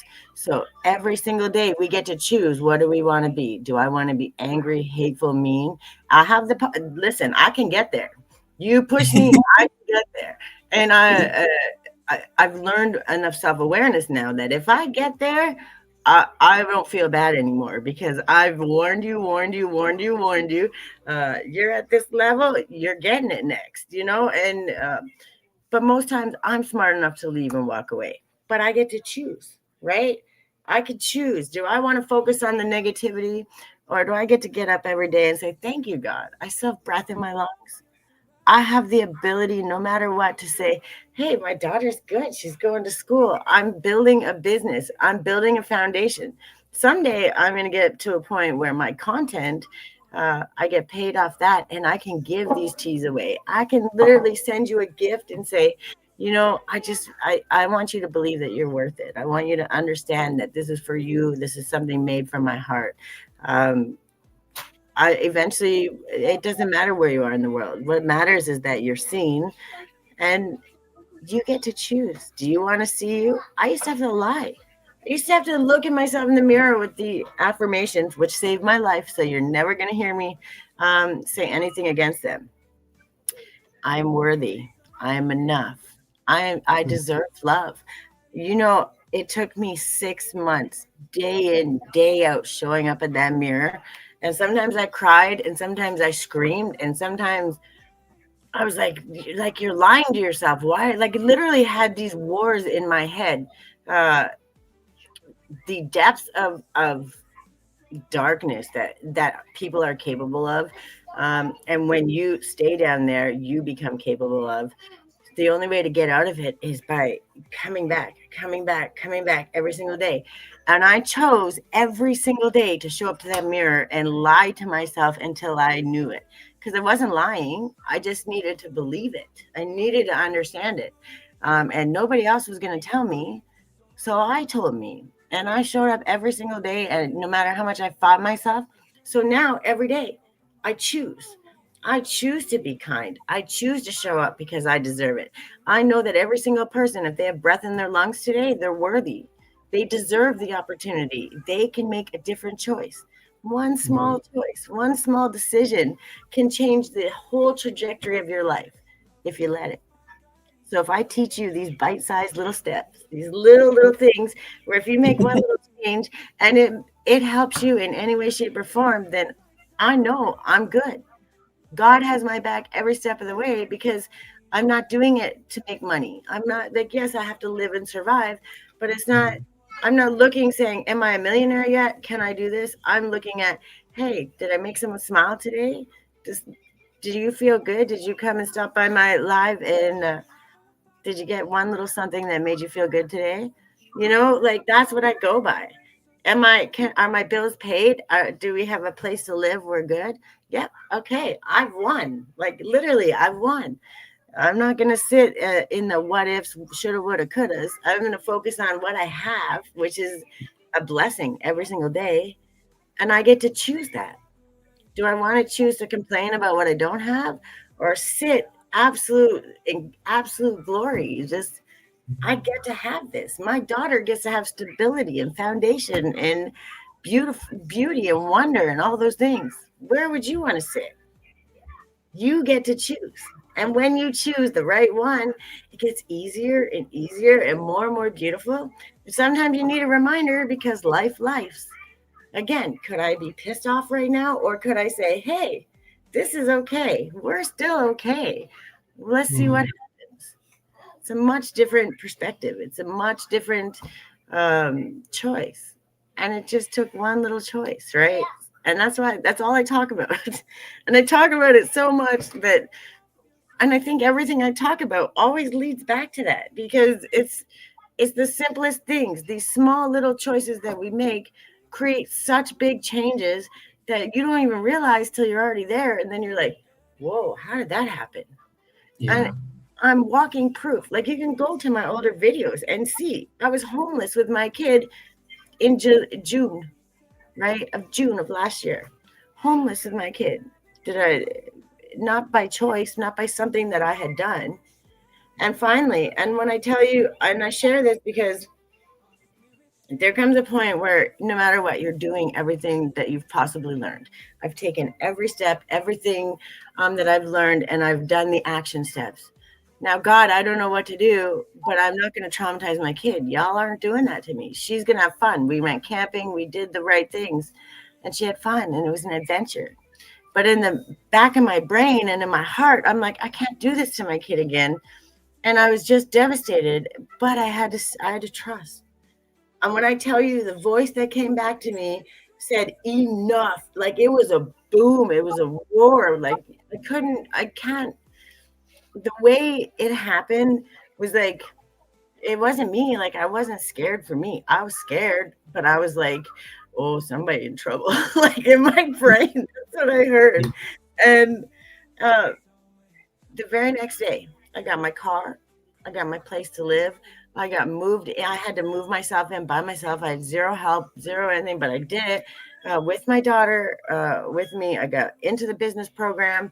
I didn't have much furniture. I had a man literally contact me out of nowhere, have no idea where he even showed up from, donated an entire, from my desk to my couch to my chairs to my fridge. Like, God sent him. Like, there's no way you can convince me otherwise, right? It was like, I heard enough. And the very next day, boom, boom, boom, boom, boom. Even on the videos, if you go to the next videos the day or two later, and I'm like, I'm celebrating. I'm happy. I don't even know how to explain it. But it's that saying, but God, when you show up for you, no matter where you are, you do everything that you've learned to this point, to whatever stage you know, doesn't have to be master of anything. Whatever stage you've learned, if you take every action step of everything you've learned, and then say, okay, God, I don't know what to do. I have to leave it to you. I promise you, the way God shows up in your life will just, it's just, and that's why I promote it. I talk about it. And I tell this story because when you show up for you, God can't help you if you're not going to show up for you. If you can't choose you, how do you expect him to choose you? He can't fight you. Free will is there. It was a gift. And if you use it to punish you, God's going to say, okay, like, what do you want me to do? Right. And sadly, as much as that hurts, you got to understand the only way to do it is to choose you. And even when you're fighting yourself, and even when you're in the mirror saying those affirmations and you don't believe yourself and you're thinking this is stupid, you chose it. You chose it. Every time you show up, even that little thing says, God, I'm trying to listen. I'm trying to understand. I may not know all the answers yet, but I'm showing up and I'm choosing me. And that's why 1000% I'll never stop talking about it. These small wins, these small moments, the affirmations, that little stuff that you do creates immense change. The way, like, you see the smile on my face. Even in the pain, I would try to have a smile. But now I can't stop smiling. Some of the parents at the school, they always call me Smiley. I can't stop smiling because I get to choose that every single day. And if there's something in this world that you want to choose, wouldn't it be to be happy? Like, there's no choice, right? And once I learned that was my choice, I had to make that decision. Nobody can take that from me. That's mine. You can take my house. You can take every item I've ever had. You try to take my kid, I'm going to prison. But you know what I mean? You can take everything from me, and I will rebuild, and I will I'll find a way, and I'm going to be happy because I know that it's possible. Uh, and I choose that. I'm going to choose happy every single day, even when I'm frustrated, even when it's like, oh my God, what am I doing? This is just a lot. Um, I'm going to be like, yeah, but you're doing it. But you're doing it. I'm learning to pat my own back. I'm learning to say, you got this. If I don't understand, we're going to figure it out, right, God? And literally, that's what we do. So those small choices, you get, choice. yeah. And I like how everybody on the chat actually agrees. Actually, a choice means a decision, and that can be a game changer. Auntie says one small decision, a choice. And I like how that ties nicely, because I was going to ask you, because you said something earlier that I really loved, that healing sometimes healing is not like, I mean, we do say healing is not linear. It's messy. It's messy, but and sometimes sometimes embracing the messy parts can be very difficult. But now I just like, when you said you choose, I think there's just something that it spoke to me right there, that yeah, even the messy parts, sometimes you have to like breathe through them, but how you choose to act even in the messy parts, it's what matters. Based on your experience and based on maybe the people you have spoken to and even work with, why is it that we linger? Why it's always very difficult for most of us to embrace the messy parts that is in the healing journey. Yet there is where the biggest like breakthrough comes out. Those messy parts, because I always say that I think when I look at my personal healing journey, the messy parts were preparing me for something ahead, just in a better way to be able to handle what was like ahead of the healing process. And sometimes with the benefit of retrospect, because sometimes I think when you are struggling, when you are in the process, I was going through depression during that difficult time, Look you where don't you are. see you don't see it, because you're like, why? You're wallowing in, as you say, self-sabotage, you're wallowing in self-pity. And it's a choice that you make. Like, you have that victim mentality, and it was messy for a time, and then one day you wake up and things are nice, and then the following day things are just horrible, and it's not linear. It's just a messy process, but you have to go through the mess, because you'll appreciate the person who comes out on the other side, and there's a reason that person has to go through this mess, because then they'll understand. What is your take on people who like wallow in this self-pity, this victimhood, and you don't want to move from it, because, and Lisa Nichols, one of the most like prolific like motivation speakers, normally says that sometimes people hold on to this victimhood because they don't know their identity outside it. It's kind of cool. It's kind of cool to hang on to it, because people will feel bad on my behalf, and it feels nice, but you can't stay long there. You have to like move on from it. What is your take on this, and how do you like help people navigate through this? Because sometimes it's very easy to hold on to it, the messy part. People think it's a badge of honor. There isn't many for a long time. Sorry, and I don't mean that to be negative, but I went through a stage where that was I survived it. I was I had to fight, and okay, there was a time where I did have to, but when things would start evening out, or they would start becoming easier, do you know what happens when you're stuck in that? You find more chaos. You look for it, because that's what you create that chaos on your own, because you're trained for it.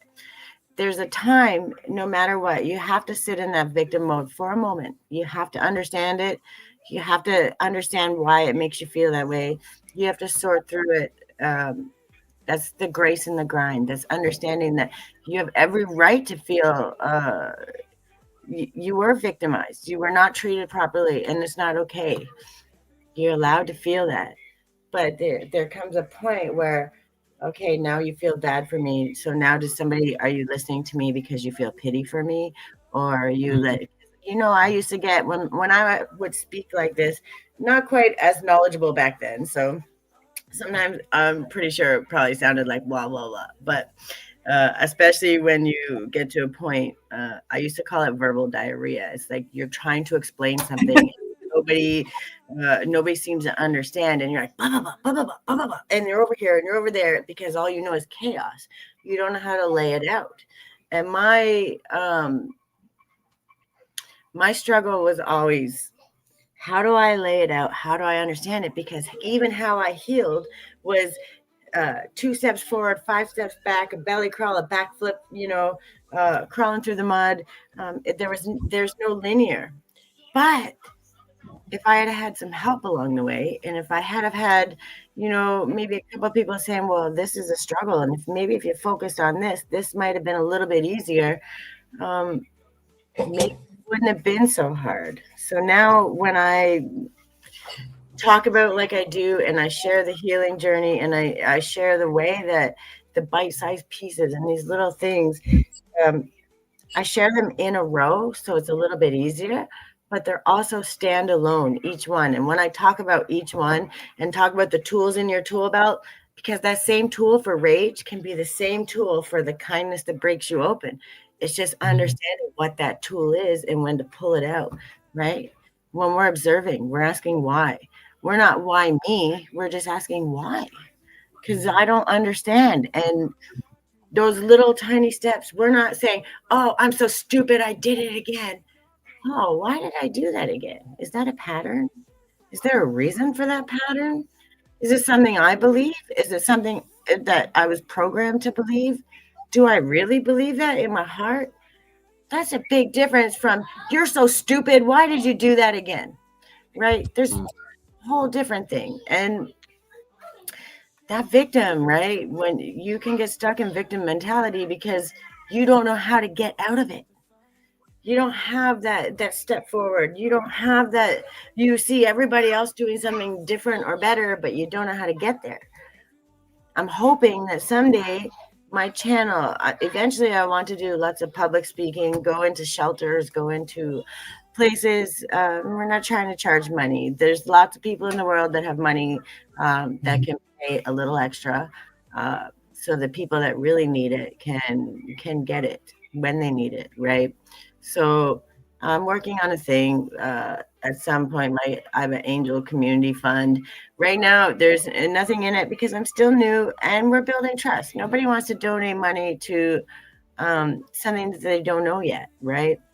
I don't want to give it to donations. I don't want to give to charities that they're driving a sports car and the people are still homeless. Like that, nothing makes me more angry.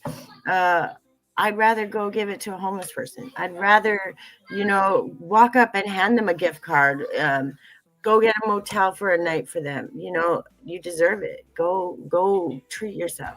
Because I get a lot of people, and I know I'm kind of a little going off topic, but there's a victimhood in being homeless. There truly is. I don't deserve that. And so there's one hand of that. And then there's a whole nother hand where, people say, well, they're drug addicts. They do this, they do that. They're trying to cope. They're trying to survive. They're trying to hold on. Do I think that it's right how they're doing it? No. But who am I to judge? How can I say you're wrong when you're just trying to live? You're holding out for another day, just like God told you to do. You're holding out for another day. So however they have to hold out for another day, someone's saying, I see you. And I do. I go, it doesn't matter where I go. And I'm not trying to brag myself up. So just understand, I go to a restaurant and I see a homeless person out there. Can I get you something to eat? What would you like? You want to come have lunch with us? We're in a public place. I have my daughter there. But if they're not being crazy, you're welcoming them. There has to be a balance.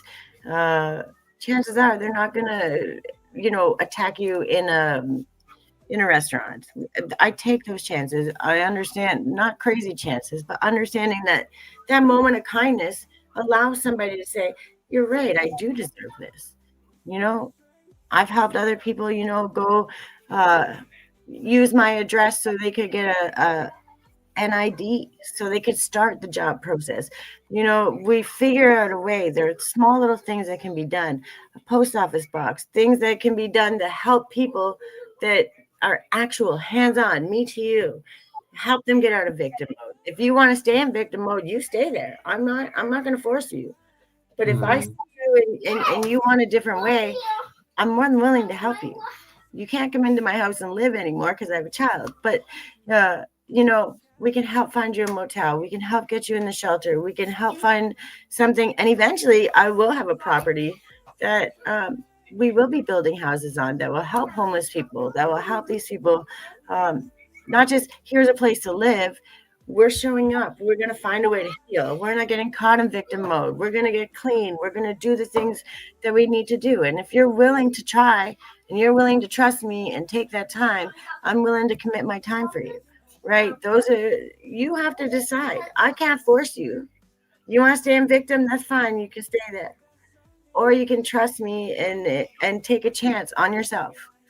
And that's what we're trying to do, right? Do you want to stay in victim, or do you believe that maybe it might be worth taking a chance on? I can't force that decision for you, but I made it for me. And you can clearly see from there to here, something went right. Something happened along the way where we're doing okay. So it's a lot easier for people to want to try. And people judging immediately, well, I don't look like this. Oh, I've been through this. Who cares? Who cares? I see your light. I see you have the possibility. Do you see it? I don't know. I don't know. No, right? All I need is that little way in. And if I can get that little way in, I'll boost your ass to the sky, because that's just who I am, right? I love that. And that now takes us now to the conversation then around grounding rituals. What are some of these things that are very dear to you, especially and I'm not and you said it very well. You can never say you're fully healed. It's one of those things that I always say it's a work in progress, and you get better. You pick up from the pieces. You pick up from the lessons. The phases that you have to pass through, but then there are now certain rituals that you adopt. Just to make sure that at least you are being optimal, just to make sure that at least you are able to now be of service to others. Welcome, Frank. Now, what are some of these nice grounding rituals that for you really matter, especially for the version of Tiffany that you want to see?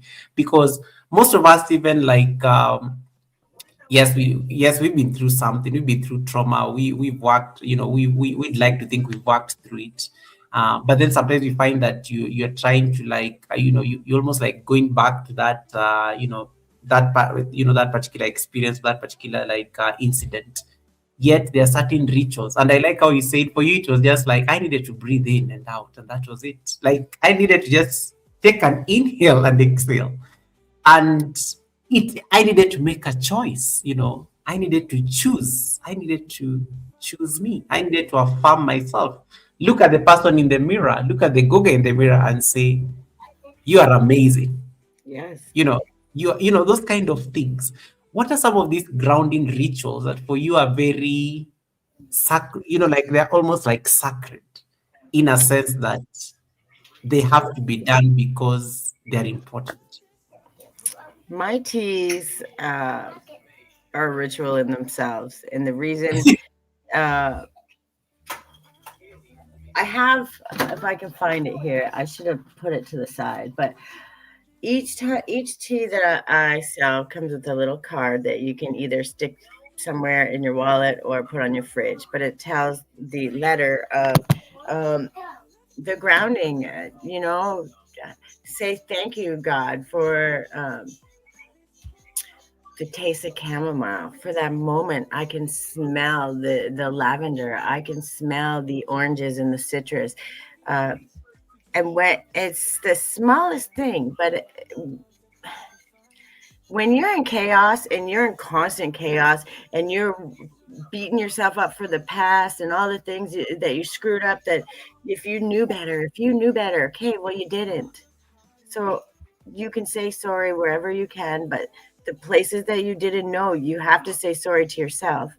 And then you can worry about the future. Oh my God. But you know what? The more you worry, the more you create, right? You create more worry. So I write a little letter. It's a little card that comes with every tea. And it's what it means to me, right?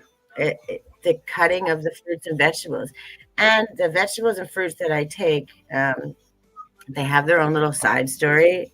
I couldn't afford, crazy big stuff. So I would go to the reduced rack, the bent, bruised, scratched up, beat up fruit that were just going to end up in the garbage. I would go to the reduced rack at the store and I would say, just because you're bent and bruised and beat up doesn't mean you don't have value. Right. So when I cut the fruits and vegetables, I would wash them, I would clean them, and I would say, thank you.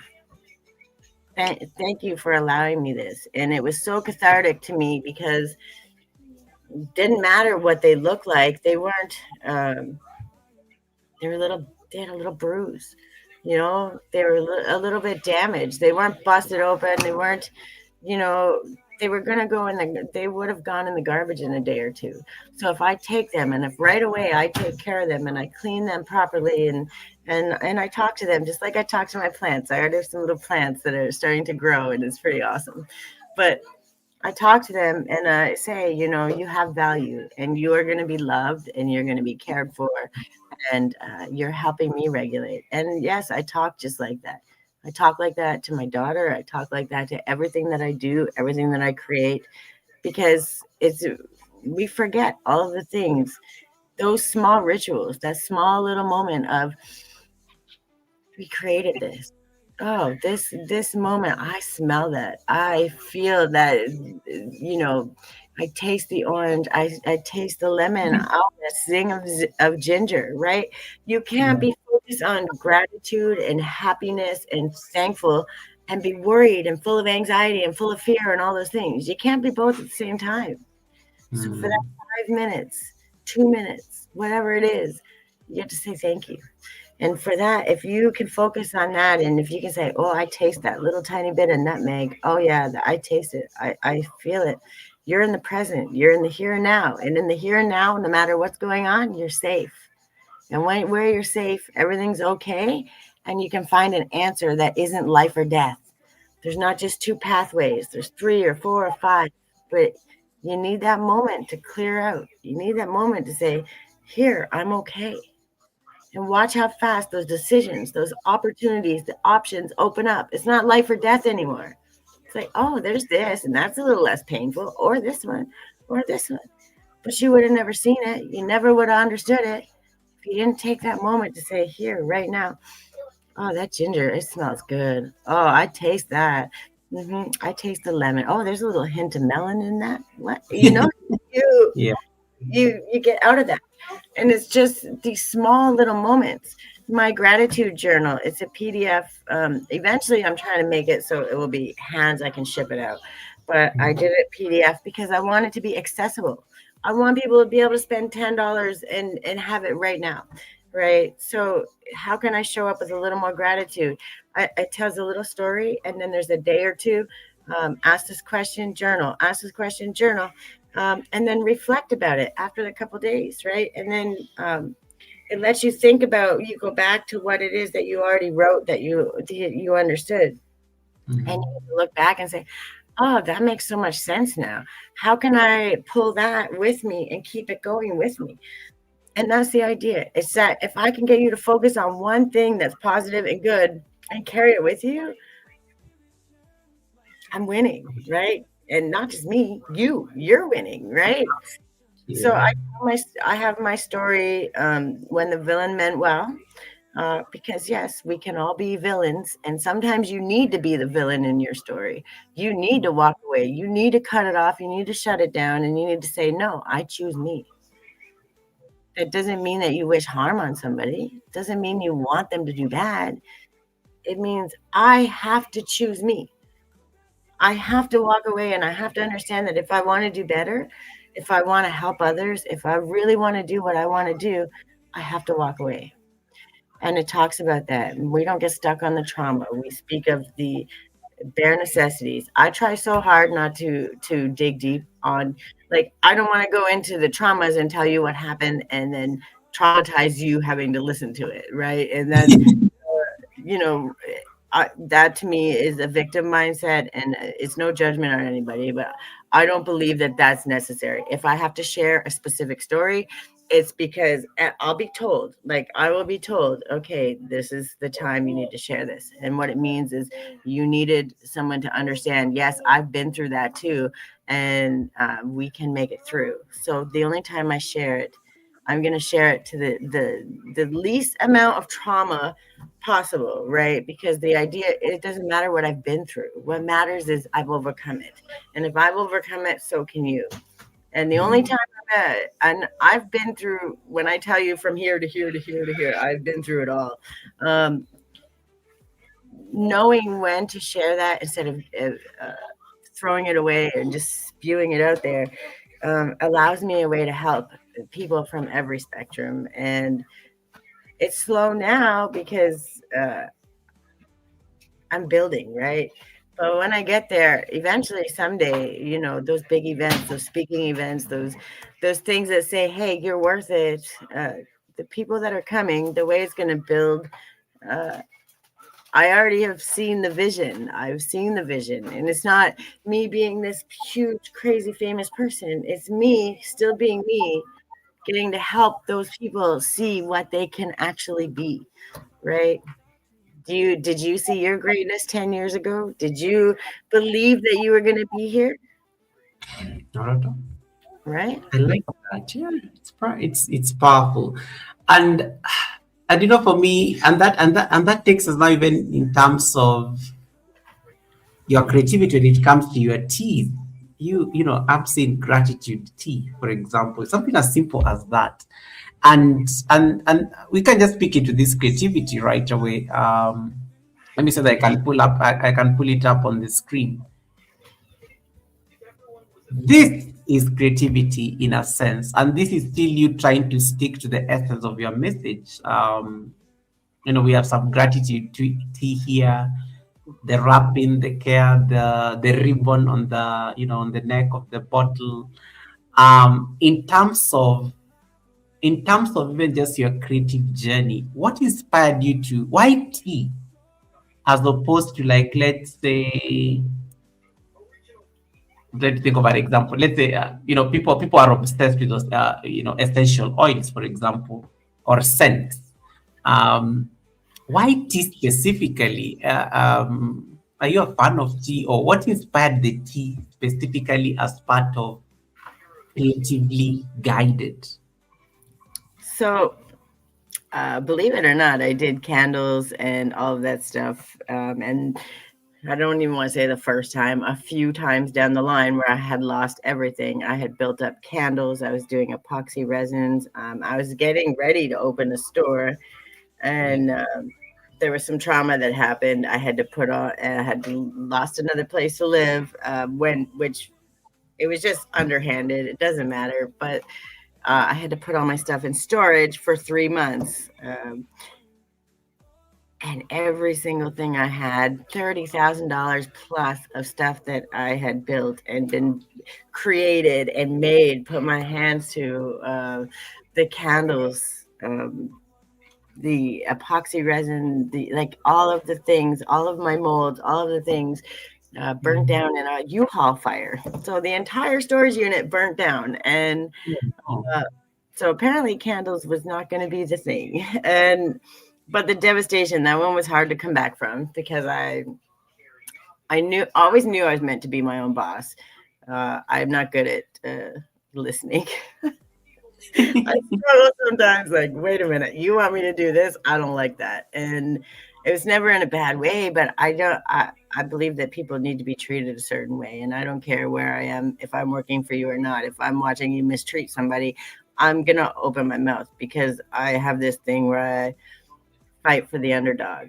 Well, I lost everything that time, and I was devastated.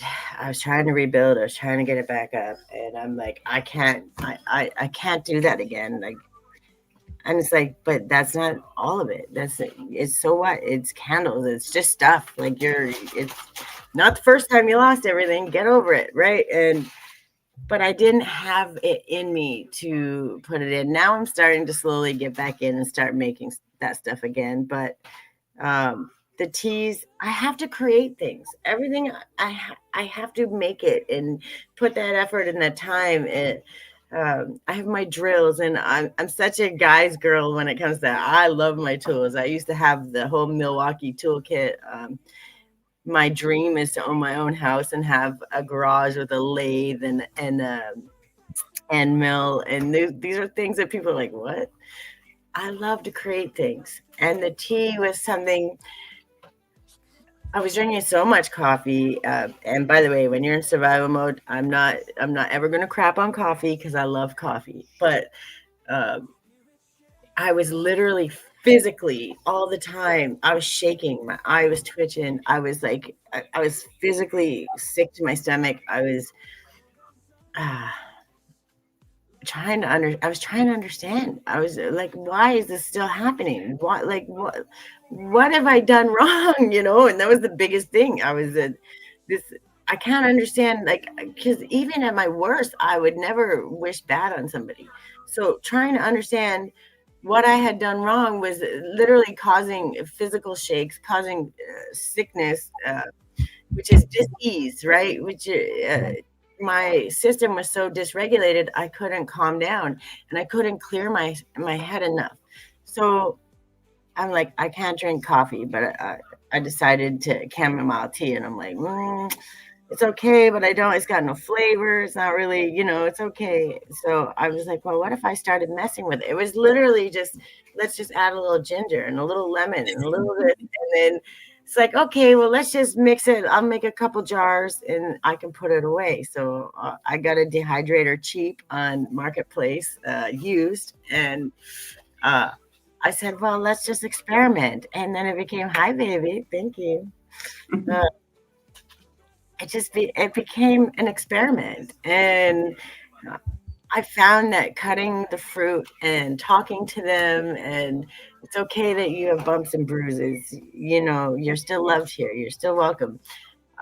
Those little moments that seem so weird, like kind of little, but I was saying to them, you still have value. And in saying to them, yes, they absolutely did. I was saying it to myself. I was affirming myself. I was saying, doesn't matter. Someday people are going to see your value, right? And it was an experiment that just became so cathartic and so helpful. I started to notice that my shoulders loosened up. I stand a little taller. I would grab something and my hands weren't shaking anymore. I didn't have to worry if I was going to fall back to the old victim mindset. I didn't have to worry about that. I knew that I had taken a step forward and there was no looking back. So it's like the tea became my focus, which in turn I was focused on me too. But I was finally able to take those lessons that I learned and share them. And I was sharing them whether people liked it or not. And the reason I say it like that is because when I started my YouTube and I was sharing that stuff, people were, the only people that did come on were people that hated me and that would call me names and negative things were happening. And it was because that happens to all the new people. I think you just get the bullies that, and I believe it's just testing your commitment. And I think God said, if you have a story to tell, you better be damn proud to do it. And you better, you got to have a thick skin. There's a difference between I think, I believe, and there are many things that still, I don't know everything. I don't think I'll ever know everything, but there's, I believe, I think, and you'll know. But when I tell you, I know. There's not, like, when I talk about God, how God shows up, if you show up, when I talk about supporting yourself and lifting yourself, about doing these small little things, taking these small little moments. When I tell you I know, I'm not saying, oh, I think I know. I'm saying I know. It doesn't have to be making a tea, but it does have to be saying that whatever that one thing is, it has to be focused on it. And it has to be giving it space, allowing yourself space, whatever that is, right? When I tell you I know, it will save your life. Giving other people, when you see them struggling, saying, it's okay, take a space, have a moment, let's go have lunch. Can I sit with you? Sometimes just sitting with somebody without ever saying a word is the biggest gift you could have ever gave them. Those moments, small choices, again, small. Look what they create. Creativity. Tea. It is crystals. It's this amazing messages. It's these bracelets. It's creativity comes in many forms. And of course, now the YouTube channel. And for me, I always look at creativity as also as a form of expression. It's expressing. Like God create. They always say God created the earth and the universe and everything that is in it. And there's some beauty when you're creating something. For you, it was experimenting with the teas. It is like talking to the fruits and whatnot. Sounds like crazy, but I mean, all these people are watching us right now. They are YouTubers. They've had their moments of crazy. You're always talking to yourself half the time with the camera and whatnot. And that's and as a creator, the process of creating, of course, is you expressing. Sometimes it's your innermost fears. Sometimes it is just like joy. Sometimes it's like it creativity is like expressing a whole range of things. It can be emotions. It can be anything. And I'm going to ask a very curious question for you, Tiff. What emotion most often drives your creativity? Is it joy? Is it urgency? Is it fear? Is it validation? Is it service? Is it kindness? Is it, they always say creativity is tied to an emotion. And I can almost guess what it is because you say it like, you feel the need to be, your work should actually be able to help the next person. Um, the next person. But what is that emotion that you easily say drives your creativity as a form of expression? I think it's curiosity. Okay. I know it's accomplishment, obviously, like when it's done, but the initial curiosity is like you're testing your limits. You're trying to see, like, when I'm so flippant about it, but I'm a CNC machinist by trade. I built roller coasters for a living. I sold food. I dealt with 20,000 people a day. I had my own businesses. I do flooring and plumbing and drywall, and I can do it all. So any job, anything that I ever dealt with, I went in with this like blank slate. Doesn't matter what I know. I want to see what they know. Okay, baby. Okay. So it was just always testing the limits, right? And then if I see something or something, just this idea pops in my head. And I firmly believe that those ideas that pop in your head, for one, it's your highest self and it's God saying, I didn't give you that idea for no reason. Do you dare step up and claim it, right? Because you got to claim it. And to claim it, you have to show up and you got to be accountable. And you may mess up, and you may mess up 100 times, but you got to get up and do it again, right? And I watch, that's why I'm such a fan here, because I watch these people come on and talk about their stuff, and you can see their passion, and you can see their curiosity. They want to experiment with this and want to do that, and they want to share it. Right? They're sharing it out of pride, but it's such a beautiful, it's not I'm too good, I know everything. It's this is what I believe in. I'm always willing to collaborate, to learn, to listen, to grow. but I still have pride, and I deserve to have pride because I created this, and this brings me joy. And it came from that little idea, that little curiosity. I wonder what would happen if, and look where everyone is. Like, it's amazing. It's at the end of the day, it's empowerment. I already know it's going to be good. I see the end. It's amazing. But how am I going to get there? I don't have all the steps, but I know if I show up today and I show up tomorrow and I go wherever I'm guided, wherever that curiosity takes me, it's going to lead me to the answers, exactly the answers I need. That curiosity, that seeking wisdom and knowledge and wonder and curiosity is where all creation started. I believe that's where it all started. And at the end of the day, we get to have that pride. Not the pride where it's like, I'm too good for anything. It's like, I did that, right? And it starts with curiosity and it ends with accomplishment. And it's a beautiful journey. And if every step of the way you start noticing those small wins, those small steps, the journey doesn't become so worrisome. It's become so beautiful. And you can look at every stage, even though that's why I tell people, don't delete your old stuff.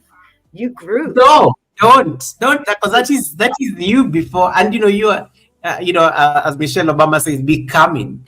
It's part of becoming. Like people have to see the trajectory so that they don't see that you did not just happen, and it's always important. And I love that, Tiffany, because, and I always tell creators every single time that don't delete that first video, because somebody will go and watch it and they'll be like, oh my God, GOGA was such a mess. The camera was shaky and everything. But look how you shine, right? People see 6 years later. It took me 6 years to figure it out. So don't beat yourself because you're on video number 1. I'm on video number 1,200 and something. There's a difference.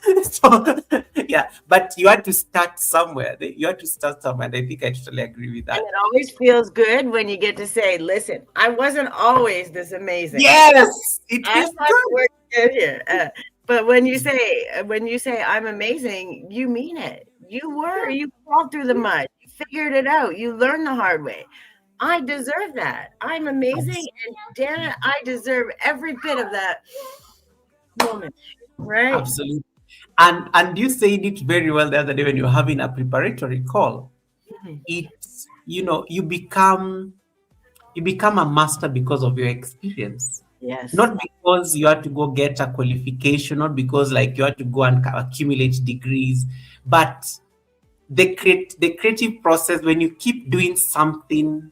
And I always say, for me when I do yoga, yoga can be very repetitive in a sense, but mastery comes from the repetition, and that is the sum of even our collective experiences, even when it comes to creativity. And the question I'm going to ask here is like, at what point does your creativity become like, because I always feel creativity is also like a reflection of the inner work that you have to do. That if I realize I'm doing something as a performance, for lack of a better word, I feel like it's acting or something like that. But when I show up fully and genuinely, it's creative, creative expression. It show. And I always say you cannot pretend, because your creativity and that creative process always shines through what you do. It could be you and your herbal teas, you and now these amazing conversations you're having and these workshops. The moment you start doing something that looks performative, you totally be out of alignment. Something like yeah. It's true. How do you like navigate that? Because even for you're a business, you wear many hats, and you're building a business right now, and I'm sure you experience that a lot. Do you ever have moments where you feel like, am I doing this for performance, or am I actually expressing myself? And where do you actually draw the line? I kind of just stopped. So I take note, literally when I do my lives, especially when it's on the accountability. I take my notes. Okay, when I tell you, I write it down, I type it out, I reword, lay it out, because sometimes even when I try to portray it, it gets jumbled up because remembering how I got there, sometimes I have to go back. Oh no, I had to do this first, and this came, and sometimes it was completely opposite. So I'll write notes, and then I don't write notes like the entire story. I have to just do a quick line, talking point, little headers, little ones that I think are important and are easy to digest, right? Because otherwise I'm reading off the paper and I drive myself crazy because it feels fake. Not that what I'm saying is fake. It's like it feels scripted, and I think in my own brain, I don't know if it's true or not, but in my own brain, the line and the intention has to be there. I have 1,000 million stories I can tell you. And sometimes I can go off on all kinds of stories because I have so many stories. But I'm also that person where you're telling the story, I'm like this. I want to hear it. I love those stories. I love them so much. And I don't know what's performative or not. I feel like part of the business program that I got into, that I fought to get into,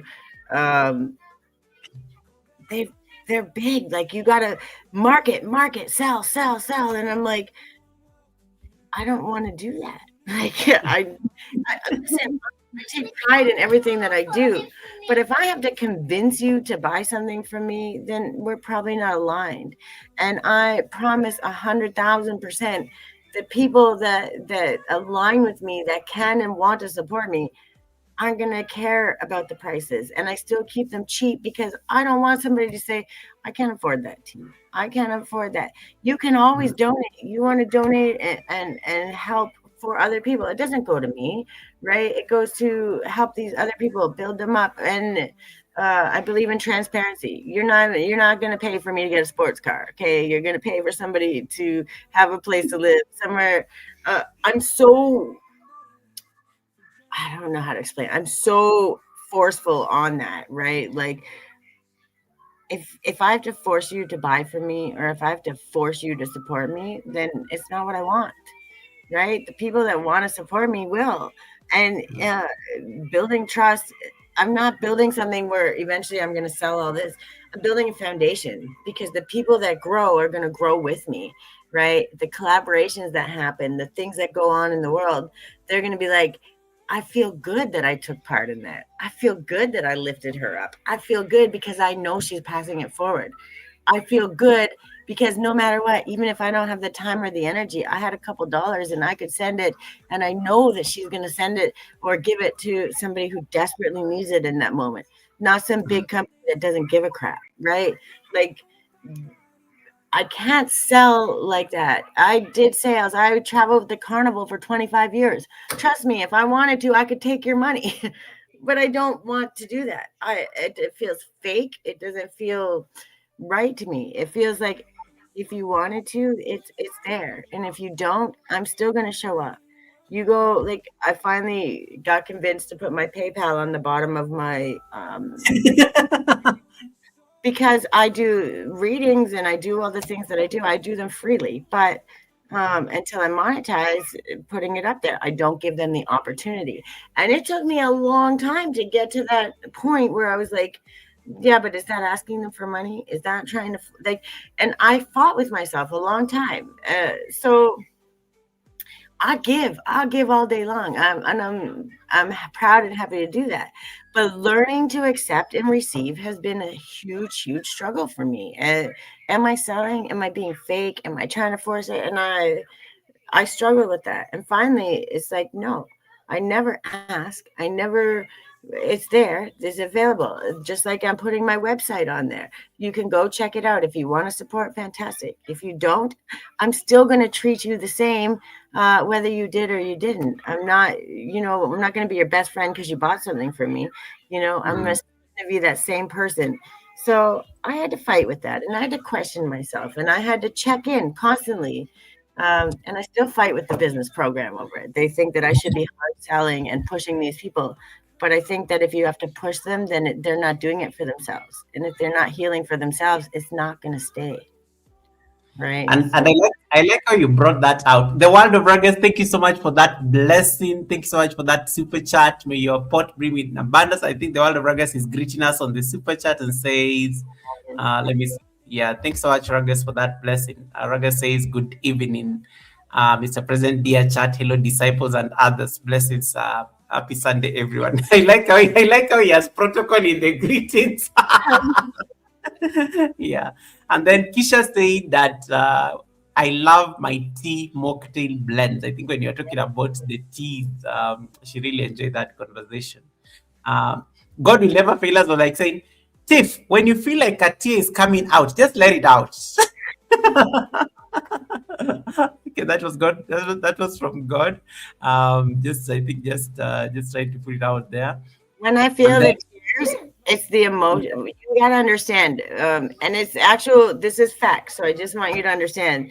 The gift of empathy is a trauma response. Okay, it is a trauma response. The energy can change in a blink of an eye. Trust you me.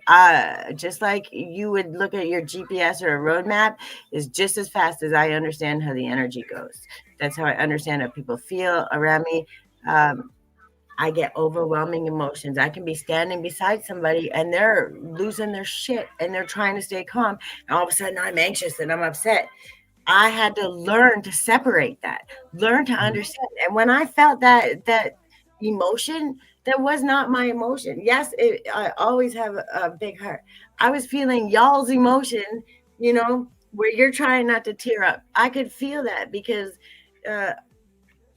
I'm an empath. I'm through and through an empath. And it's a trauma response. It's still a gift. We had to go through all of that stuff, but in return, this is what we got, right? So yeah, it's just understand when I feel those tears, sometimes it's because I have to let that emotion flow through. I have to release it. And sometimes it's overwhelming. It's overwhelming, but it's overwhelming in such a beautiful way. I feel that care, that love that I never felt my whole life. So sometimes, even for the moment, it's overwhelming, but it's like, it's such a weird thing to feel what you give out, what you've been giving, no matter what was happening, what you've been giving out, feeling it come back. It's like there's that immediate want to push it away, right? And like it's still, I have to process it in the motion, in the moment, and say, no, it's okay to feel that. Just breathe through it, and encompass that. So those moments, yeah, I need a minute because processing and paying respect and honoring what it is, while I let it flow through me so I don't hold on to it or weigh myself down, creates a space where I can give and receive, and there's a constant energy flow. Nothing gets stuck, right? And when we get like that, it's a lot easier to carry forward, let go of what needs, share genuinely, openly. And that's what I want people to learn. So I'm trying to teach that as I go. There's a beautiful comment that also came through by God Glory with Evangelist G. Evangelist G says, these are some of the strongest persons in the world. Steve, this I think you get your flowers. The challenges of life just give us this inner strength from the Almighty God. I am one of them, sis Steve. Amen. Yeah, to say it. Yeah. I'm here for that. I'll celebrate you all day long too, because until you've been down in the gutters, until you've climbed your way out of it, crawling, begging, kicking, screaming, until you fought your way out of it, you can never know. You can never know. But I know, and I see you. I see you. All right. And then there's a beautiful question that I think comment, just a reaction to what you were discussing earlier about having to put your PayPal. Miss V, one of the most generous people, I think. I mean, I'm saying it. This I don't know what to call her. She never likes being put on the spot, but she's extremely, she supports people really freely without even having any expectations. And she says, same here. Tiff, I'm like you. I struggle with asking for money. I struggle with asking for money. And it's just one of those things. I think she's putting it out there. And then Novelty Queens is asking, Tiff, what's been the biggest lesson you've learned from your experiences with family and friends? Oh, guilt. Ooh, okay. Guilt is the biggest cord that could ever be attached.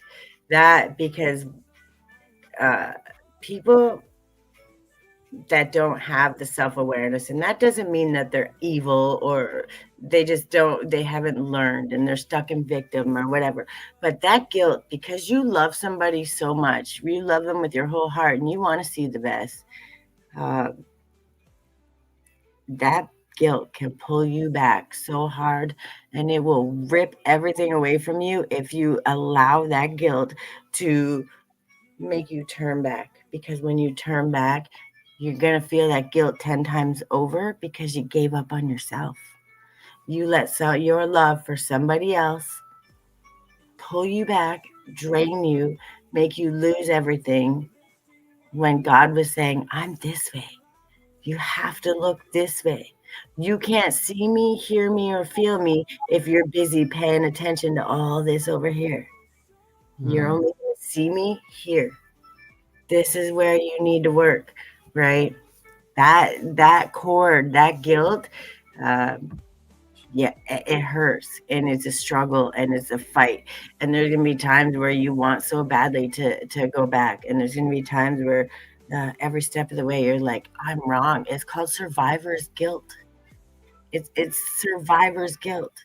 You're choosing you, which you've probably never done in your whole damn life. So guess what? It's not easy. But every single time you say, I choose me, every time you go in that mirror and say, I'm here, God, I'm choosing me. I love you. You're beautiful. Did you know that? Did you know you're beautiful? Did you know you're amazing? When you choose that guilt, that fear, that all that stuff, you got to say, I see you back there. I know you're there, but I choose you. Right? Look at yourself in the mirror. Speak it. Speak your greatness, and then watch yourself speak your greatness. Because when you do that, your soul, your heart, your ears, they hear this voice that matches this heart, that matches this brain, even when it doesn't want to listen, saying, I chose me. I love you guys, and I hope you heal, and I hope you raise up to meet me someday. But I can't come back and help you until I heal me. I have to choose me. And that releases some of that guilt. And it says, it doesn't make me love you less. It just means I have until I can get to a space where I can help you.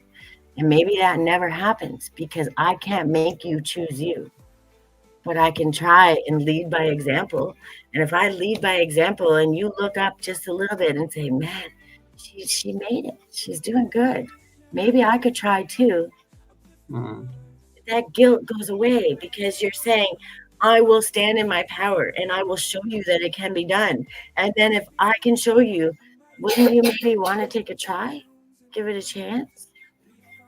And that's what you have to replace that guilt and that cord and that of leaving them behind, and trust that if it's worth it to them, they will step up and do the right thing.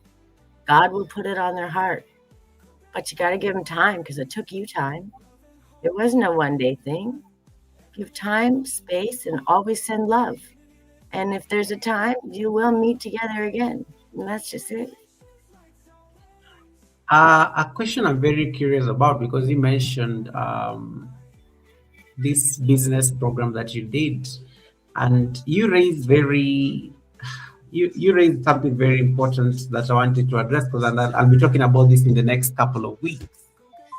Novelty says, thank you for responding to. I'll be discussing this in the next. Yeah. Creativity sometimes, and you mentioned it very well, that it's part of what the program is trying to push you, and you are not very comfortable going there. And sometimes you find that we have to, and this is really for creatives, and I think most of us are creatives on the chat. Editing yourself in order to be more marketable. Mm-hmm. It's a battle that I think most people are going through, not just on YouTube, but also just in terms of creativity. Editing, and I'm using this loosely because it's a term, editing yourself, so that you can be well received in a sense. It happens in the sense that you just tweak yourself a little bit so that you can be more relatable. And then now that brings in now the whole thing about authenticity. Am I showing up authentically for myself? Am I able to look at myself in the mirror, as you're saying, and say, I am authentic? I look at, and you don't even believe it, because you're like, I've had to polish myself a little bit, so that I'm palatable to, but it does not feel right. You feel out of alignment. This this is going to be an ongoing challenge. We live in the age of social media, where people are trying to make money, and there are some business interests that also people are trying to make sure they safeguard. For you, how do you think you can navigate this challenge? Because on one hand there's some business interest, on another hand you're trying to be a creative, but then you're like, it doesn't feel right. Yet there's a lot of pressure here from the marketing experts and everybody else that it has to be done in order for you to push. I don't know how you feel that the challenge. First of all, there's room for all of us.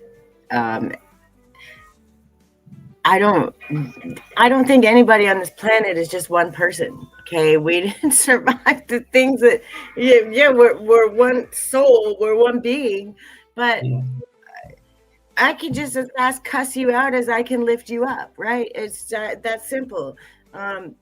Understanding that my content, even when I'm doing my content, sometimes everyone's like, oh, but she's so calm and she's so cool and she's so, no, I choose that. You need to understand. There's times I want to cuss you out, but I'm not going to do that. I'm going to find a better way. That doesn't mean I don't like to be cynical and funny and all of the other things. When it comes to selling my products, God's making a way for me. The people that see me, I'm done doing I take my notes, not so I can sell you the dream. I take the notes so when I go off the rails, because I do it all the time, because I try telling the story, I can bring myself back and say, okay, this is the point of the message. Because a lot of times I go where God takes me. If you notice, I had somebody comment on my thing the other day that said that the tarot is the devil or whatever. And I'm like, I'm not here to fight you. I'm not here to have religious arguments. I'm not here to judge you. And if you want to judge me, that's your choice. I'm still going to choose what I choose. I'm multidimensional. I love you too. Okay, sit down before you fall. I multitask. I do the things. I promote my teas, right? But like I said, and I mean it to the very bottom of my soul, if I became monetized and was making enough money to live off YouTube, I would be giving these away. I would be going and doing my speaking events and bringing them as gift sets. Here, this is your self-love starter kit, and we're gonna focus on you, and I want you to do a little ritual, and I want you to show up for you. So right now, I have to sell my stuff. Right now, I have to do these things, but I'm very clear every step of the way. And even when I say it to the people I'm selling, it's not that it doesn't have worth. Okay? It has very much value. It's fantastic. It tastes good. And I don't have the labeling so crazy. It's not a whole bunch of craziness and colors and stuff, because it doesn't matter. Okay. What matters is the fulfilling, that what's in there is what matters, not the outside, the big flashy everything. I'm a little wild, I'm a little flashy, outgoing, but I learned, I was shamed out of that my whole life. I was shamed out of that. I had to hide, and I didn't want to cause conflict. I couldn't say hi to somebody because somebody else would get mad, and I'm just being friendly, right? I would take that on to the point where I was just in this little box and didn't know whether to come or go or speak or not, and I don't give a crap anymore. This is me, and I'm going to tell you the same way I would tell the president of the United States, the same way I would tell this person, a homeless person. I'm going to be, I do have enough awareness to know that maybe giving you a little tough love maybe is hard for you right now. So maybe I could show a little more compassion. That's where the empathy comes in. Okay.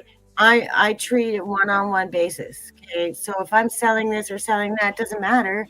You're still going to get the same answer. Like, I'm not selling you the dream. I'm not selling you this. I'm selling you a moment where you can take a piece of yourself and say, I am worth it. I deserve this, right? And if you can't afford it and you just need some help with it, then you can come to my lives, and I'm still going to boost you up, and I'm going to celebrate you, and I'm going to say you are, right? I'm not selling anymore. I'm not. I love that. I'm the product. I'm the package. If you want to have the opportunity, right? I don't have to sell me anymore. I did my whole life trying to convince people who I am, being shamed for cheering people on, being shamed for celebrating somebody else. You're in the gutter. You're homeless right now. Why are you celebrating someone else? Because they earned it. What do you mean why? Right? I have to explain to you why I'm celebrating.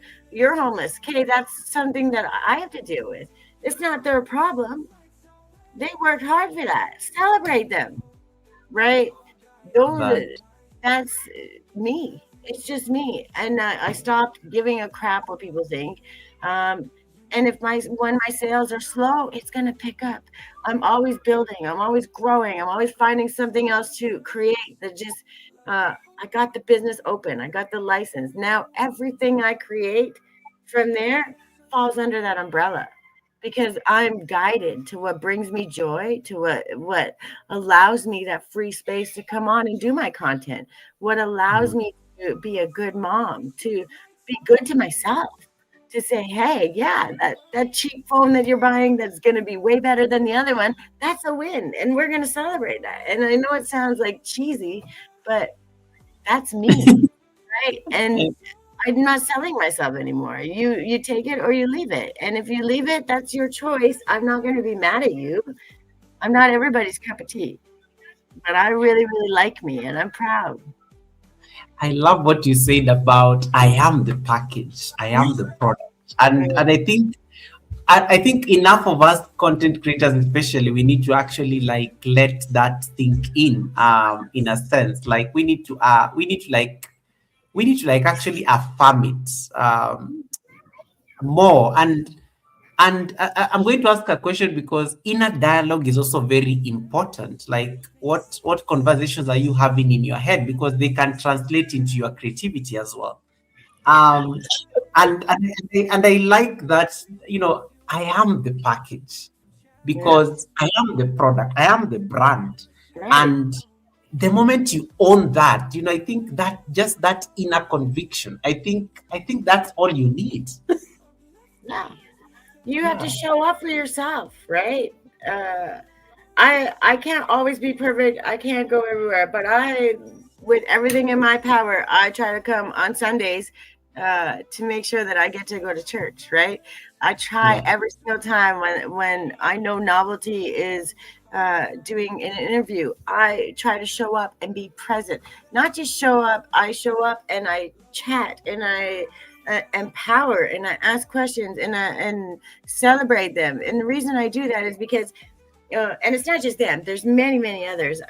But you guys have, I try to make sure that I show up when I can be present. And usually it's on the weekends. That's my space where I get to do that. Because the week I have a lot of work going on. But the reason I do it is because it doesn't matter what you do. I don't have to, even if I don't like something you do, I adore you, right? I support you, and I support how you treat people. I believe in lifting others. So uh, you're the package. I don't come to church. Well, I do. I come because I love to chat with everybody because I'm a talker. But I come because I believe in you and what you're doing. You essentially have sold yourself to me, right? Like your abilities, you're the product. I believe in the package. I believe in the whole package. And at the end of the day, no matter what comes out of that is only a win. People, when you support the people that you support, when you show up to their lives, when you're promoting them and telling your friends about them, you're not telling just about their content. You love the person, you like the person, you believe what they're doing. You decided, I love this package, I love this product, and I want to support it and lift it up. And that's the big difference, right? So I know I'm kind of sounding cheesy about it, but we support the whole package. We're not going to nitpick something we like or dislike, right? We can never agree on everything always. It's never going to happen. But none of that matters. When you decide to buy into that person, to celebrate, to promote, to boost, you're choosing that person, the whole package, the good, the bad, and the ugly. Because guess what? We all got it, right? Absolutely. So Absolutely. I choose you, I support you, and I'm going to show up. And the biggest struggle right now for me is because I did go from 7, I think I'm at like 150 subscribers now, but I went so quickly, is trying to find a way to support everybody and get there. And because you don't want to leave anybody behind. And I had to make myself commit to my week, right? My work week, I cannot mess around. I got to show up, I got to do that work and get it done, because then the weekends I have a little bit more free time and I can spend that time lifting people up, right?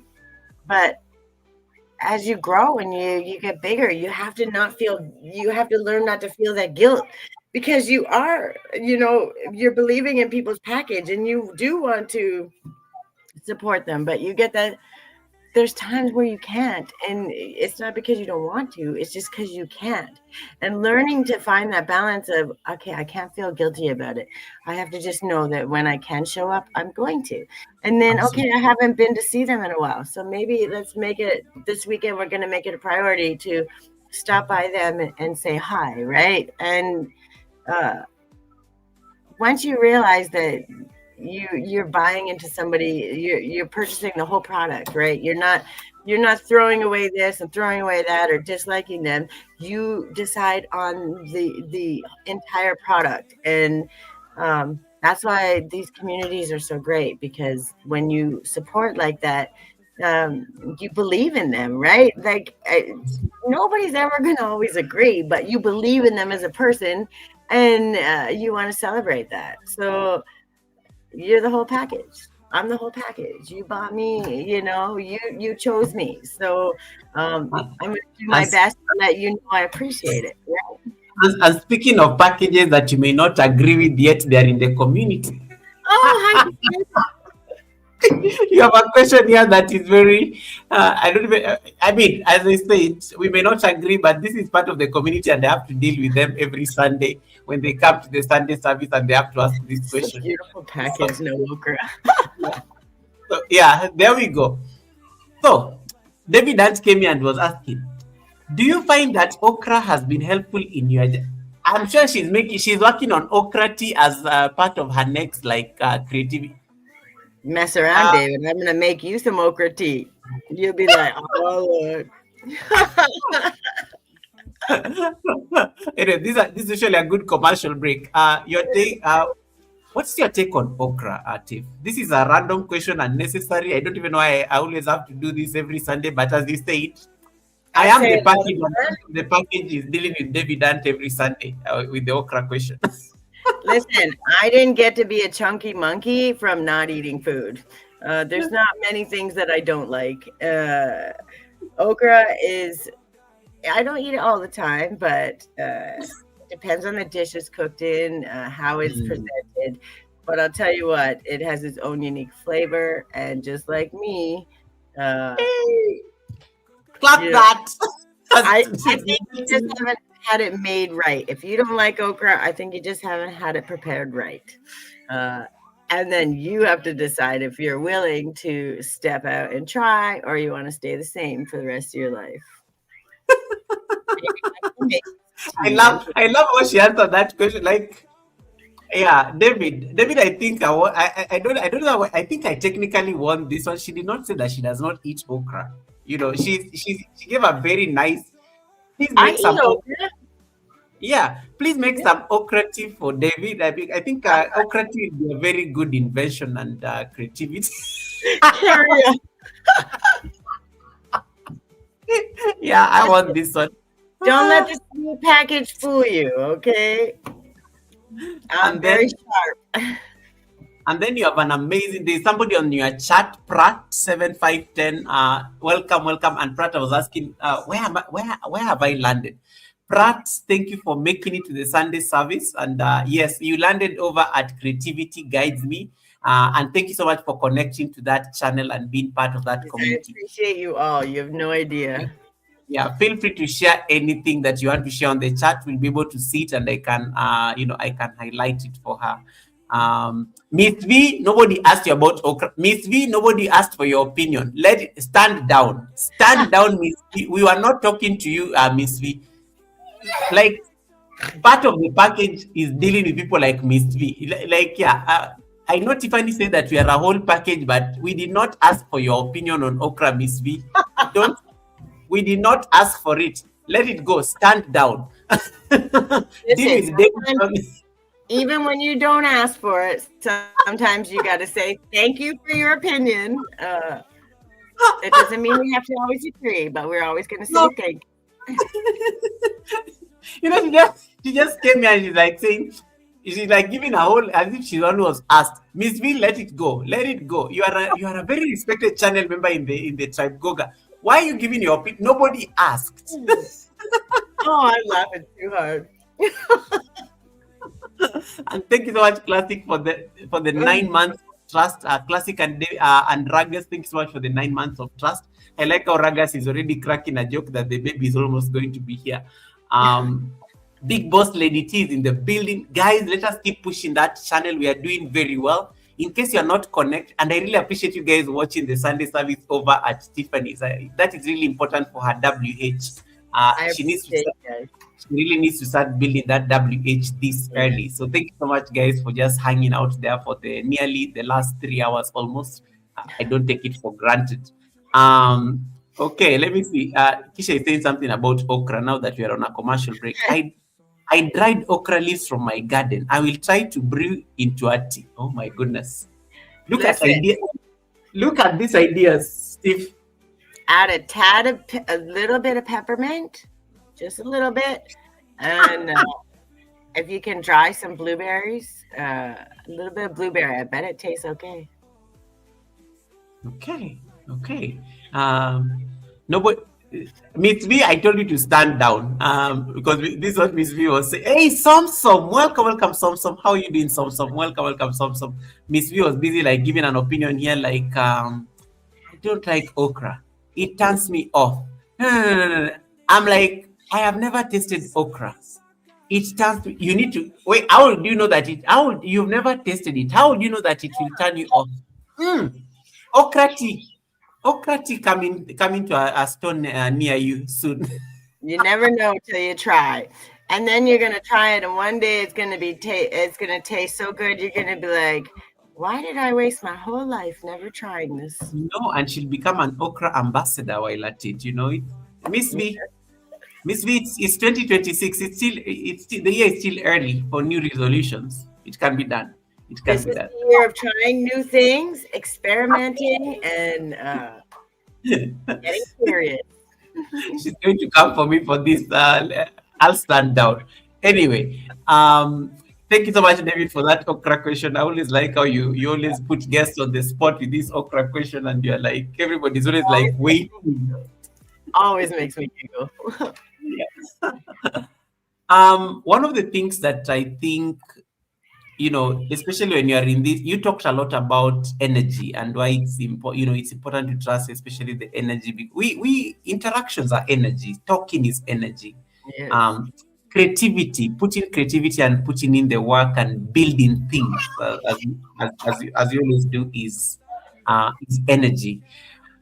And you find yourself, and you say you end up giving, you end up supporting. And you talked about support, especially over the weekends when you get time to support people, and occasionally during the weekdays when you have some time. How do you return to yourself, Tiff, after pouring into others? Because that can also be draining in a sense. How do you return to yourself? How do you intentionally remember to choose yourself also in the process? Well, first of all, I don't do anything until my cup is full. Trust me, I ran on empty for so long. And you know what? My biggest thing was there's a resentment that comes in, whether you want to admit it or not. When you give, and it's not reciprocated, or it's not. I'm going to give an example. So that friend that you show up for and you help them time and time again, and they're like, it's never enough. They need this and this and this. And then you're like, in your brain, of course you love them and you want to help them, but in your brain you're going, man, but if somebody just did that for me just one time, I wouldn't take advantage of that. You know how far I could get with that? I could do this and this. Wait a minute. Okay, well, if you could, why don't you test that theory?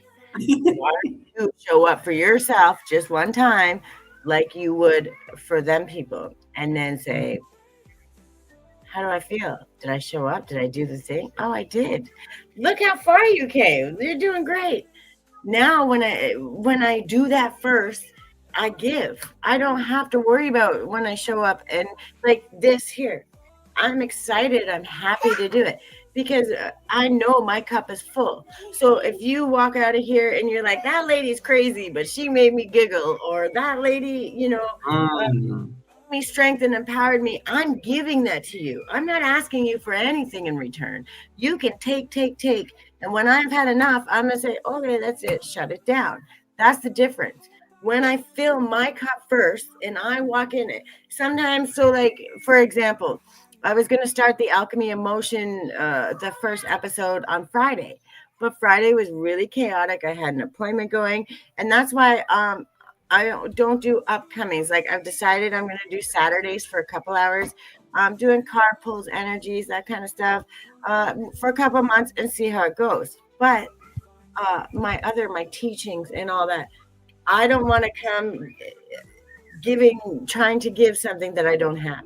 So when things are chaotic and I have other appointments and the workshops and this and that, I didn't make it to be every Friday. It's once a week, whatever that may be, whatever day it falls on. And the reason is I'm in a business program. I'm trying to build a business. I have a daughter with all kinds of learning struggles that we've been fighting to get appointments for, and waiting. And when they say, you got to go to that appointment, guess what? I'm dropping everything. She's going to get to that appointment. Like, I have the ability to do that. And understanding that says, okay, I can't give to you guys right now. I cannot do that. I have to focus on my daughter and then worry about me. So if I, for one, even a half a second, feel like I don't have the capacity that day, I don't. And I wait, and I'll show up, and I'll have a bath, or I'll go sit at the tree in my backyard and lean up against it and relax. I choose me every single time. But when I show up, you get me 100%. You don't get me half-assed. You don't get me unsure. You get me, all of me, the same way I would be. You're not going to get me in a complaint or a victim mindset or a worry or an anxiety. You get me when I'm at my best, right? And I choose that. You can take all you want, because when I'm done and I feel drained, or I feel like I'm losing that energy, I say, okay, it's time for me to go now. I'm not, that's all I have to give today. And that's, it's okay to do that. Learning that boundary and understanding that boundary says, I want you to be at your best. And if you can't do something at your best, then don't do it. because then you feel drained. And even if you don't notice it, you build that resentment. It comes. Why am I giving to you? Go get dressed, kid.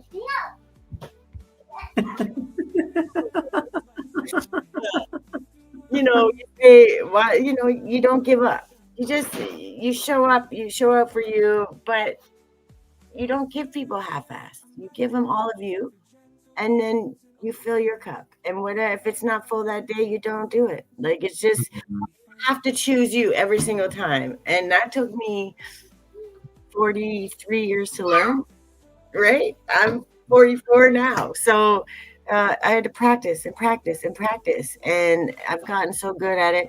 And that's why I do it. Yes, we should schedule. Yes, we should do these things. But I also understood that that schedule creates a tie, and it creates an obligation, and then it creates a chance for failure if something happens. And then I'm going to shame and guilt and pile it on myself for something that I don't deserve because I'm just trying to give. So I create that boundary for myself, and to each their own. But when you see me, when I show up to your live, when I come and I'm chit-chatting, it's because you got me at full. I'm not half-assed trying to figure it out. I'm happy. I'm willing. I'm here to be present for you, right? So it changes how you look at it. And it's not, I have to be. I get to be. I get to choose to be here. I get to choose to come to your live and support you. And if I'm going to support you, I'm not just going to hang out. And there's no offense to anybody that just hangs out. I know we got to work and do other things, so there's no judgment. But I try to make it when I can be present, because I want to support. I want you to know that I care. I want you to know that I'm interested. I want to learn about these new people, and I want to celebrate your greatness. And I do that because I fill my cup first. It's all that matters. Fill your cup first. Always. Always, always, always. I love that. And I like how you brought up the issue of that boundary, that boundary just that also helps protect your creative freedom. And I think that's a very important thing to just like bring out. Guys, if you have any question you want to ask Tiff, this is the time you can ask. We just about to hit 3 hours into the stream. Almost time to start like the cool down session. So if you have any question, if you have any comment you want to like ask, if you have any like if there's something you want to learn, please feel free to drop it on the chat. I want us to talk about there are two things now. So you have a website. Talk to us about your website that you created to promote the business, and then we'll come to the YouTube channel because I have some few interesting questions I want to ask. How did you end up on YouTube? Who sent you? Like, why? Was it an experiment? Was it by accident? And then the website, what was the experience? Because I was so impressed that you said you developed this website on your own. And I know it's still a work in progress, but I love what I see. Like, I love how you threw things in there, pictures and whatnot. There's a lot going on there, but you can see the work and the spirit of the creator there. So talk to us about this and why is it important? Because I know from a business perspective, it's very important for you. Also in terms of your workshops and the calls that you tend to have with the clients. But what inspired you to like actually create a website to now sell the teas? And in case somebody wanted to get your teas and your products, be it bracelets, be it the crystals, how do they, talk about your business in short, and then we can come to YouTube. So my website, I created, first of all, when I tell you my technology skills are not great, but I'm like, I had to control it. Okay. And everyone's saying you can't do this. First of all, I was always told, too many things. Okay, wait, I'm a lot of things. I'm not just one. I create teas and I make journals and I do workshops and speaking, and I do that because everyone said I can't, and there's nothing. I don't even like that word. I don't even think it belongs in the dictionary. Everything is a different part of me, what I create. learning how to do it. Each of the colors on my website, if you notice, every color, doesn't matter what section it is, it goes from whatever color to another color, fades into it. Do you understand that it's a process? There's no end. It's always a process, and it always leads into something. Everything that I do, everything that I present, even to my content and stuff, we'll get into that after, but I knew that at the end of the day, even if they don't know the story, it means something to me. And when I add something, I now have this website. I have a home base. In this whole world, everything that ever got taken from me, I have a home base. This is me, right? This is whatever I create. And yes, I'm always changing it. I'm trying to optimize it. I'm learning as I go. And of course, I want to do better and be better. So I try to adjust, and I'm constantly learning, just like the thumbnails and the subtitles, like I'm taking the knowledge. But I know me, and I get blinders, and then I'm like, you got to do this, you got to do that, because I just have to be just amazing all the time, and everything's got to be, and I'll drive myself crazy trying to perfect something that is a process. It is a process, right? So why am I making myself crazy? I had to learn to say, okay, today we're going to focus on this and this, and maybe I'll get a little bit of this done, and I'll do a little bit of that. And then usually I do 20 more things that I shouldn't do in the first place because I feel good about it. But I've also learned that those days that I get 3 things done and I feel drained, it's enough, because the more you force it, you're going to do it half-assed. You're not going to be happy about it. It's going to take longer. I'm learning to find that balance. And this, yes, I change it all the time. These things, you can buy stuff from me, but you can also go and it leads you to my YouTube. You can go and find ways, tapping, simple tapping. Doesn't matter where you tap. Yes, there are more helpful ways, but when you're getting anxious, tapping your hands, tapping your elbow, your shoulder, it changes the energy, which changes the thoughts immediately. Because you're thought about doing this, so that anxiety has nowhere to go because you're busy moving and you got to focus on that, right? It's so these small little things. You can go and yes, you can purchase things from me, or you can go and you can read and see the content and check out the free stuff. And it's a safe space. You're going to be loved and cared for and accepted, no matter who you are, where you're from. And if you can't order because you're far away right now, it's not a no. If there's something you desperately want, we will figure it out. I don't exclude people. And if I told you what I paid to send some things out to some people, you would be like, you're crazy, because it's not about the money. The money will come. The money will always come. God is not going to see me.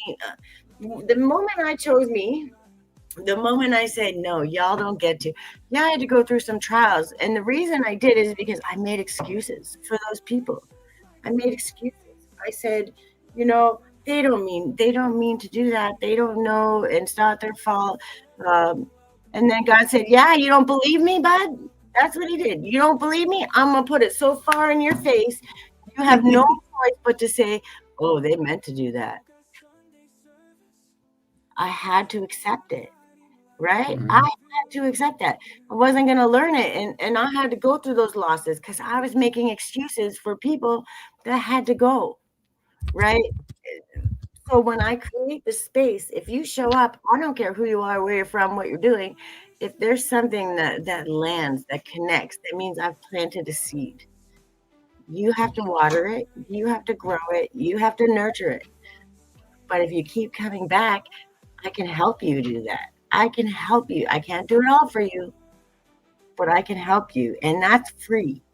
Those little moments, the leading it to my content, that's free. Showing love to my website, sharing it with someone who needs it, saying, hey, this could really, you're struggling right now, have a look. I do things that people don't even know. When I do my readings and my clarity sessions, somebody can't afford something, they email me, we'll figure it out. Not here to take your money. I'm here as a safe space. And trust me, God will always tell me, nah, they're trying to play you. They just want to get a discount. God will say, ask this question, ask that question. There's a conversation that has to happen. But I believe nobody left behind.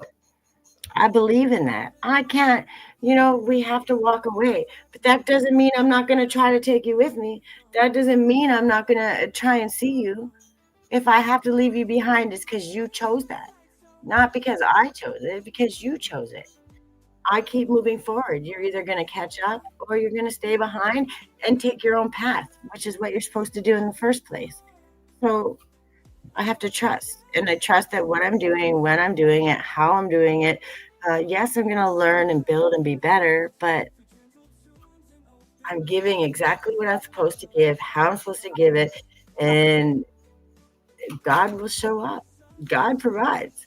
And I say God, and the reason I say it like that is because some people I say universe, I say source, I say I don't discredit anybody. I believe that one religion isn't better than another. I believe that none of that matters, because your heart, at the end of the day, God's not going to say, oh, you weren't Christian, you're going to hell.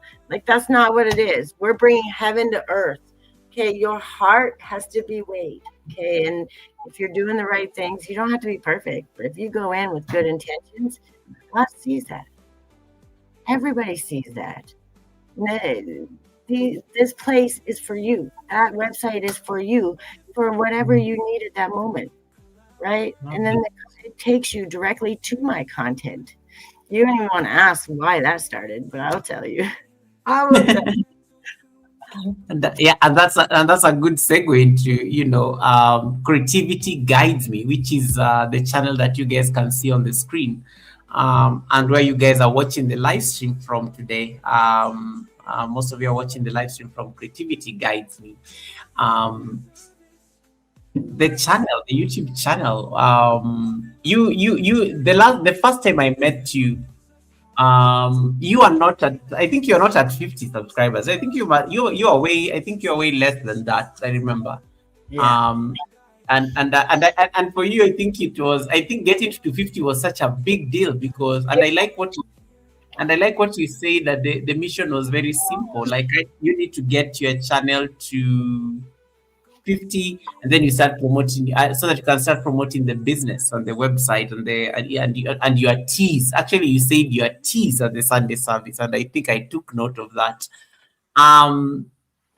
What inspired you to come onto this YouTube, and what are you learning? Because I think at nearly 200 subscribers later, there are certain lessons you've picked. Your first video is not you can't compare the video you posted like last week to your first video. There is evolution happening there. Why was YouTube very crucial for you to come into, and what are the learnings? Because I think you're very big also on learning. What are some of the things you're learning about it, especially as a space to promote your craft and your creativity as well? So YouTube started as I didn't have any followers, didn't think that I was going to have any. It wasn't even on my brain, but I was documenting the trauma. And I know that sounds weird, but when you go through enough stuff, people gaslight you over and over and over, and they tell you you're crazy. Nobody would do that on purpose. People nobody wants to believe that, right? So when these things were happening, I lost my job for no reason. I was worked there for 9 months, never had a problem, never missed a day. What is the issue? How come all of a sudden you're just firing me today for no reason? Like, no conflict, no nothing. What happened? So I started documenting those things because I didn't think anyone was ever going to see them anyway. It was just my own thing. And then I'm like, because I posted on TikTok and I did that kind of stuff, and but I could never go back and watch TikTok, right? Like you do it, but you can't unless it's a 2-minute video or whatever. You can't really go back and watch it. So I started posting it on YouTube, and I never had any followers. And I have many, many videos that still have 0 views. And I guess it's kind of good because it's some of the trauma and anxiety and all of the things. I'm still healing. I'm still dealing with it. But then I realized why am I posting this place if I don't want to build it up? And why am I sharing these parts of me that are not always pretty, they are ugly, they're mean, they're gross, you struggle. Well, I recorded them because at the end of the day, we're not all pretty. We've all had to crawl through the mud. We've all had, parts of us, reactions, things we thought, said, and did that weren't our best self, right? And I put them back there, and I keep them on there, and I started journaling my growth. I started understanding that the reason I'm meant to put this here is, for one, I can see. I know I'm growing. So when all those people are saying you're not worth it, you're not this, right? Which there comes to a point where those people stopped. They stopped saying that. They didn't bother. But I kept trying to carry that torch. I was programmed so good, they didn't have to work at it anymore. So now I started showing up. Now I started saying, oh, I'm a little bit different this time. Doesn't matter what's going on. I'm going to put my face mask on, and I'm going to take 5 minutes. I'm going to take 10 minutes. I'm going to pull cards. I'm going to check in with spirit. I'm going to see what you guys are doing and how you're doing. And it brought me joy, and it brought me peace, and it allowed me a space to open up, right? And I got to see the growth. And now those people that say, well, you can't nobody can do that. There comes a point where you're not worth it. Comes a point where you're just a throwaway. Well, I'll tell you, I've been thrown away so many times in my life, so many times. But nothing hurt worse than when I started throwing myself away, right? So when we start seeing it and seeing the growth, the content that I post started as this fight, as this struggle, as this, y'all are going to see me, y'all, if I have to fight, I have proof, I have evidence, I have this. And then I went, the only evidence I have is to myself. It doesn't matter. The people that did me wrong, they're going to pay in their own way. It has nothing to do with me. I'm not the judge, jury, or executioner. God is. So at the end of the day, they're going to learn exactly the way they needed to learn.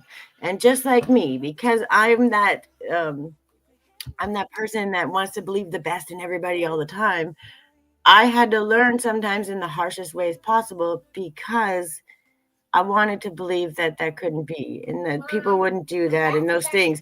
So unfortunately, because I'm stubborn as can be, that I needed to learn, they're like, hey, you can ignore it, you can ignore it, you can ignore it. Ignore it now. And that's what, it was my own fault. I could have listened, followed the nudges, but I didn't want to believe that. And that's sometimes how we have to learn. So I keep all the documentation, and I do all of the things, and I show all of the steps to show to each and every person that it's possible. Every step, there's every stage, and I'm still growing. I'm getting better and better every day, and I'm more and more joyful every day. And to me, even that just makes me excited, because I get to choose this. This is me. Even when I'm giving my kid crap and she's being bad or not listening, you're going to get hurt. Don't make me be mean. Oh, you're so cute, right? Like, I forget all about it. Or I'll tell you, I'm really mad at you. You hurt my feelings. You upset me, whatever it may be. And then you're struggling for a moment. You're like, hey, can you help me with this? Oh, yeah, no problem. I don't hold on to it. I let it go. If I'm wrong, I'm accountable. I've learned those stages, and no matter what, check it, figure it out, process it, understand it. Hey, back to happy again. I got to choose that, right? And if you look on my stages, if you look on my videos, you can very clearly see how that process happened. It's not, I'm not just claiming to be this or acting like I'm somebody different. I am somebody different because I actively chose every single day to do something different. And if you look at the stages, and if you look at the growth, and if you look at what I teach, it always comes back to the same thing. You have to choose. And if you choose, it doesn't have to be the big decision. It's choosing, hey, I didn't like how I felt when I blew up on that person. Maybe can we check in and celebrate. I didn't blow up on that person this time. I took a moment. Yes, I'm still angry, but I didn't blow up on them. Now I can check with it, right? Those are wins. That's a celebration. And those little things, those little changes create huge, huge change. But when you look at from here to here, you're like, yeah, right. Like, that's just ridiculous. When you look and you break it down in those small little bite-sized pieces, you're like, oh, I do that. Maybe if I do that a little more, I already do that. Oh, I do that too. What do you mean? I've already been doing all this stuff. So maybe if I started celebrating it, noticing it just a little bit more, look what happens at the end, right? So I show the progress, but I also show, you know, how easy it's just one little choice, one little thing. And I make it so bite-sized that even if you don't like me, believe me, any of those things, if just that one little thing sticks, just one, you're off Yeah. a whole different direction in your life. And I've won. And guess who's taken care of? I'm always taken care of. God is not going to let me fall because I decided to choose me. And I choose me so I can help everybody else. I can't be fired. God hired me. I'm good. It's just it. And that's not a I think. I know. Before was a I think. I'm worried. I'm anxious. I'm unsure. I know. You know. can't tell me, he can't tell me, she can't tell me. I know. And when you stand in that, God is going to honor that 1000%. And you'll watch the way it lays out. And you can see it through my journey. You can absolutely see it. And I could tell you stories that would make your head go, but I don't want to do that. If I have to help you on a one-to-one level, I will absolutely do that. But otherwise, we're not on a battleground. We don't compare. Where nobody's trauma is worse or better than anybody else's. It is what it is. And if we just honor it as such and we can choose something different, that's what my channel is. And I hope that's what it stays. And no matter where I go, what I change it to be, what direction I go, it's always going to come back to those small little changes, those small little planting, that believing in yourself when even the whole world doesn't want to, right? So, and I hope that that's exactly the way it translates. It started as a fight, and now it's that path, and I'm carving my own path. I don't go with what anyone else decides. I don't care who agrees or disagrees. I'm just doing I'm being obedient, and I'm sharing my joy, my passion.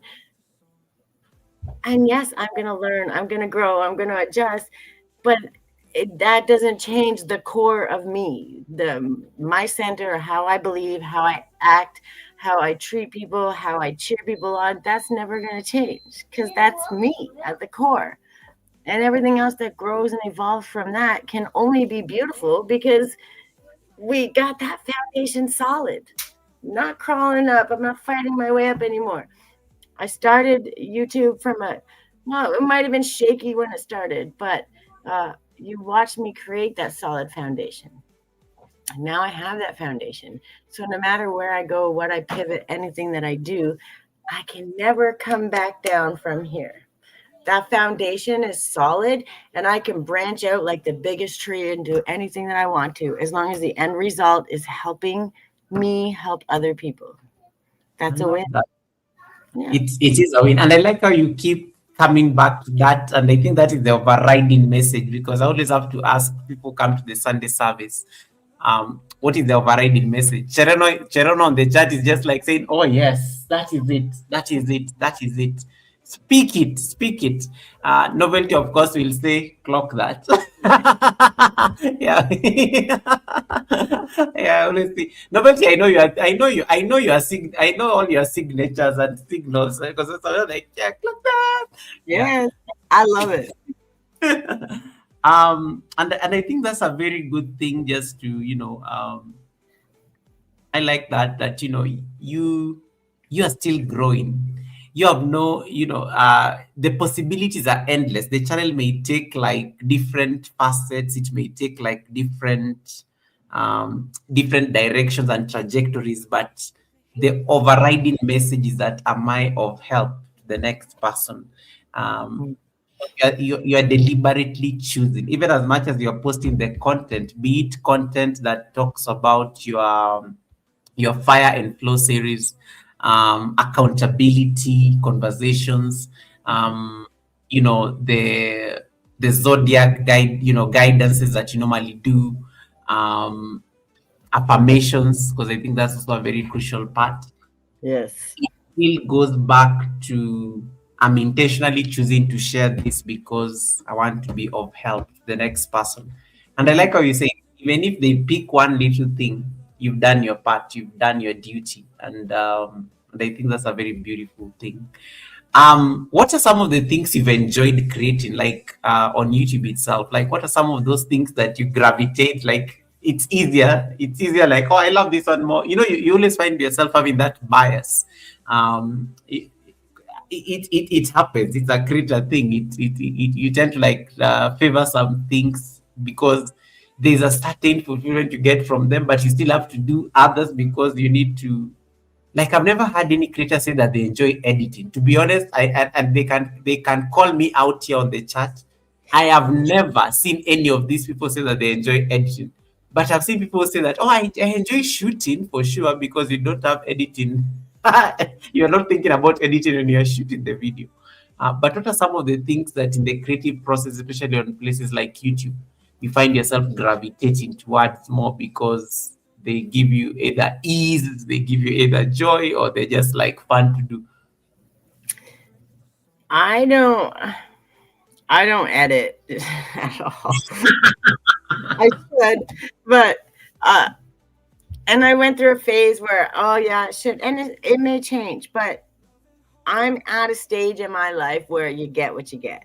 Okay. And the reason I say that is because when you've been packed down into a little thing and you've been told not to let that light shine, that shine sometimes pisses people off. Okay. And dimming yourself down because someone else is uncomfortable hinders them and you, because them being uncomfortable is for them to check in, right? Everything I do tells a story. There's nothing that you'll ever get from me that doesn't tell a story, because I'm a storyteller. Lived experience, some of the stories aren't so great, but I'm a storyteller, right? And I'm tell the truth, how I see it, how I know it. I can't tell anything but that, because that's just what I know. I don't claim to be somebody else. I don't claim what they know or love.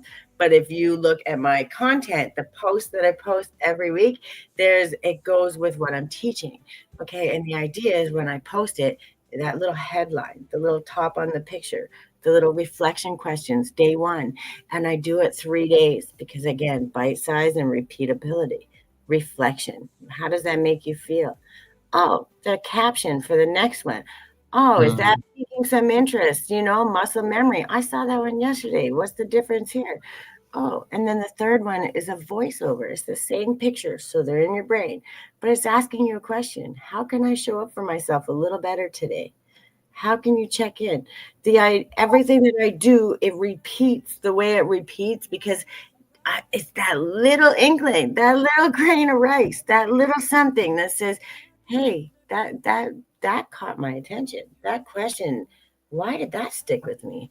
It's piquing your curiosity. And if I got to overwork a little bit, I'm slowly learning I'm getting it scheduled and I'm understanding it.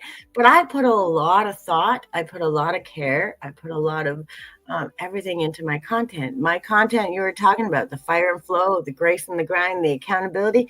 Guess what's next? Alchemy in motion. Okay, you're learning how to transmute, which you've already been doing, but now we're putting it together. I gave you the bite size. I gave you the roadmap. I laid it out for you. How did you do it? I'm showing you. I'm literally showing you the path. If something feels confusing and you're not understanding this, I'll tell you. If you ask a question, go back to the fire and flow. Check out the rage. Go to the Grace and the Grind, episode 3. Check out your accountability. Go back. I can tell you where to go. I'm laying out a roadmap. Yeah, you may not have all the answers, but I have many of the answers. And if you go back, you have a roadmap. Oh, looking back there, now that makes sense. I can lead forward. So now instead of wallowing or getting stuck in something, yes, I get grace. I have to give myself grace. But now I'm processing. Now it's a pause. We're not a sabotage, fall behind, start over. I'm teaching you how to do it in motion. You're not stuck. You're not wallowing. You're not in fear. You're not in anxiety. You're getting the roadmap. So every time, pause. Oh, what does that mean? Oh, okay. How can I change that? Motion. Here we go. There's no falling back. There's no falling behind. There's no self-sabotage because you don't know where to go. I'm laying it out for you. So as I learn, as I grow, now I'm not telling you these things because I'm curious. I'm telling you these things because I have walked through that fire 1,000 times and 1,001 and 1,002. Now I dance through the fire. Those people that run across the coals and they never burn their feet, right? That's me learning how to adjust with trauma. And that's you too. You just don't know it yet. So as I lay it out, I make it a point. Everything tells a story. Everything leads back to each one because, like we said, healing is messy. It's not linear. But if I lay it out for you in a line, that doesn't mean you have to go through the line. That means I'm laying it out for you. And if this is where you're stuck, you can go back here. Yeah, you get the signposts or something. Yeah, like. So, and as I go, it's always going to be that no matter what it is or what I focus on. I already know what I'm doing after April, right? I'm focusing on systemic harm. I'm focusing on businesses and those things that where every stage of the game, if there was one inkling of accountability, none of these bad things would have happened.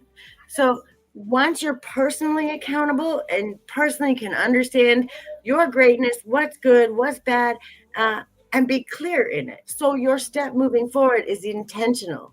You know, I'm not okay with that. I'm going to speak up because I'm not okay with that. Or, yes, that was really good. Good job. I really like the way you supported them. You were clear in your intention. But when you're personally accountable, what happens? If it spreads out outwardly to your businesses, to your relationships, to your friendships, to every encounter you have. But it starts with self. So no matter how I go, how I grow, it's always going to come back. And I wanted to make sure that roadmap is there. So no matter where you're at, I don't care how far down the line you are. Back to basics sometimes is exactly where we need to go because we miss little things. We forget that gratitude we should have because we have the ability to choose. We get to choose. Not I have to choose. Man, I got to make a choice again. I get to choose how I'm going to show up today. Thank you. Right? It's such a different perspective. And that was a small choice. And it took me a long, long, long time to get. Some people knew that at 10 years old. Some people still don't know it older than me. It's not to judge when. It's to help along the way. Say, I see you. And I understand why maybe you don't know right now. I'm not judging you. You're welcome here. That's the difference. You get to choose if you want to be here or not. And then choices, always. And that's how we be accountable. That's how we show up. And that's how we connect with God. That's how we see our people, our communities. That's how we empower each and every single person.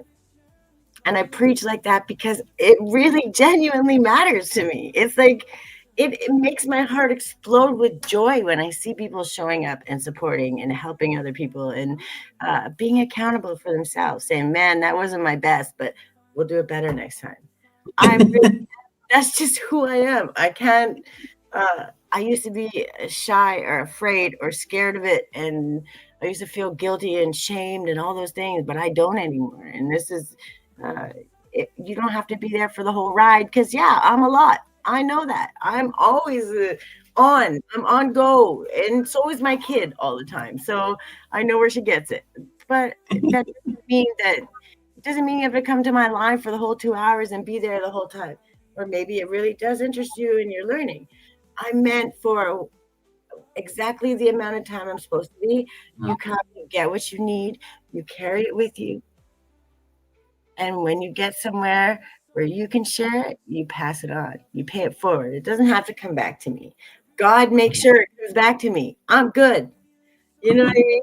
So I love that. It's growing and it's there. It's always going to be there for when you need it, you know?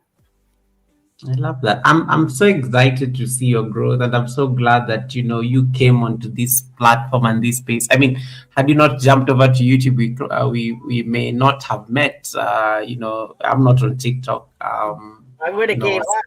TikTok is not for the. Yeah, I know. Exactly. So, and I'm just glad you made time. You are humble enough to say, let me figure this YouTube thing out. And for me, I thrive a lot in developing communities and growing communities. And I think when I figured out it was my purpose on YouTube, I think it clicked, and I was like, make it happen and just sustain it. And so it's so easy because it comes effortlessly, and you get a lot of joy. And I think you and I are aligned in such a way that yes, I do get a lot of joy and fulfillment when I see people thrive, because there is a lot. I mean, it's a huge space.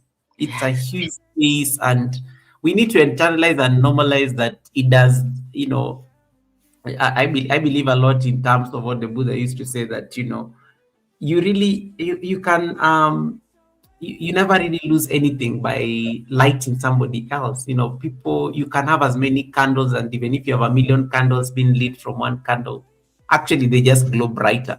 But the original candle never really loses its light. It still has its light, and it just keeps glowing. So I believe a lot in that messaging in terms of community, and also being the person who at least makes the journey a little bit easier for the next person, because it comes from what you say, the lived experience. And we need to be sharing more of our lived experiences, I think, as creators. And I can't wait to see what happens on your channel in the next couple of months, because I think there are good things that's just lined up for us. And that takes me now to the final segment, which is really the fun questions before I release you. Can you imagine, it's already 3.5 hours. Sorry, guys. Time flies at the Sunday service. Don't worry. I'm going to ask like very easy questions. So these are really this is not yet the rapid fire round with the 1 or 2 questions, but I'm going to ask like some random questions which are going to flow into the rapid fire, fun and very one word kind of answers for you. Number 1 question: what was the first thing you ever created that made you proud? First thing my work created? Yeah, no. The first thing you ever created that made you very proud. I painted my room all kinds of crazy, like we're not talking white walls. I did all kinds of decorations and I did a mural on my bedroom wall when I was like 12 or something. And looking back, it's not great now. Like it was like, what was I thinking? But at that time, I thought I was an absolute artist. I was so proud of myself, right? Funny. Tea, of course, this is just this. I don't know if I'm asking this question, but this is a very obvious one. Tea or coffee when you're creating? Okay, I love my tea. I do, but in the morning, it's got to be my coffee. But always, any other time, it's my tea. But first thing in the morning, the smell of coffee just makes my heart sing. Me too. You and I both. I love coffee in the mornings. Speaking of mornings, are you a morning creator or a midnight creator or a daytime creator? Or what time? Where do you like? What timelines do you thrive? Well, sadly, I usually do my best in the middle of the night, but I can't. I can't do that anymore because if I want my daughter to go to sleep, we go to bed at roughly the same time. So what happened, and it kills me because sometimes I'll get that inspiration and I gotta like sneak and be quiet, and it drives me crazy. I create all the time. I don't think that my brain ever stops, which is why I struggle with meditation, and I talk about that a lot too. Oh yeah, I saw your meditation playlist, I think, the other day. Yeah, so I listen. I'm always listening to that stuff, but at the same time, I can't sit still. But you know what? I can meditate while I'm doing dishes. I can clean the house, and I stopped judging myself for that. I stopped because I was like, I want to meditate, meditate. I can't, right? And even sitting for 2 minutes, I'm twitching. I was in survival my whole life, and I will sure get there, right? Yeah. I'm also realistic. I'm not going to punish myself for it. I do my best meditation when I'm doing the dishes. I do my best meditation when I'm doing those monotonous things where I can check out and still do autopilot. And that's okay too. Journaling. I can't write down all the things because when my brain goes so fast, I can't write fast enough. But I can do voice record and go blah, blah, blah, blah, blah, blah, blah, blah, right? And then read it through when I've gotten it out and released it, because me writing is cathartic, but speaking it out is quicker, easier, and allows me to process, hear, and understand. So instead of forcing one or the other, I allow myself both, right? Who said it has to be one or the other? Then you cut out the noise and you go, oh, that makes sense. Oh, let's journal about that. I can process that. We can get somewhere, right? Don't judge how you get there. Don't compare yourself to, okay, GOGA can meditate for 25 minutes, a half hour, and just find that peace. That doesn't make it better or worse. I do mine while I'm doing the dishes and cleaning the house, and that's still 25 minutes. I love that you could do that. And someday I hope I can. But until then, I'm not going to punish myself. I'm going to say, this is my capacity, right? Yeah. And that doesn't make yours any less better or worse. It's great for you, but I trust in my capacity. Right. And don't punish yourself because you're comparing somebody else. You already know that. Where's your remote? It's on my dresser. Why is it on your dresser? Go get it. I love it. I actually love what you said because, meditation actually can be very different. And for you, I think even if you find that presence when you're doing the dishes, it's a form of meditation. Is he talking about me? Everybody's always talking about you, Grace. So he's talking about me too? Yeah. Say hi.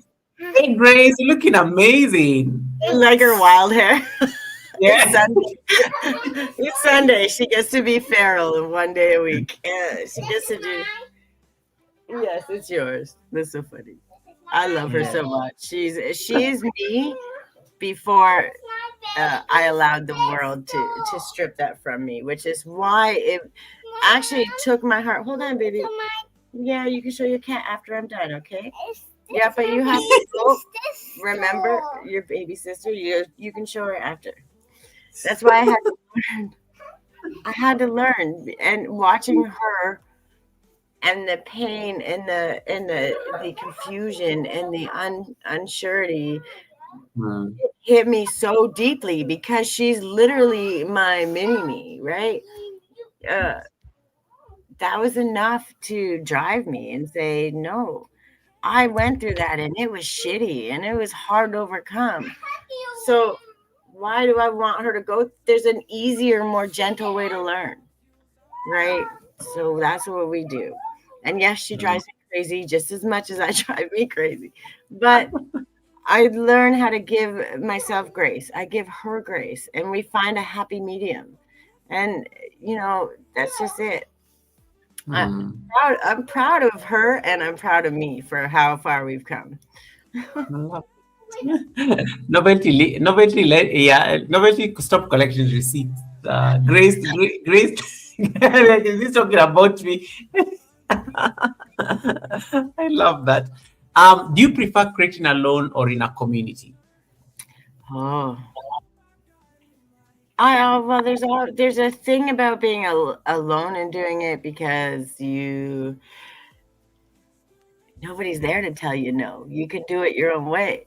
But I love the collaborations and the teamwork because I love stories. I love learning. So I do most of my creating alone. So when I get the opportunity to collaborate and share and hear other people's perspective and point of view, it excites me because it's something different. And then you get to see their intentions, where you meet, where it, overlaps. And I guess probably I would prefer group at this point because I've been doing it by myself for so long.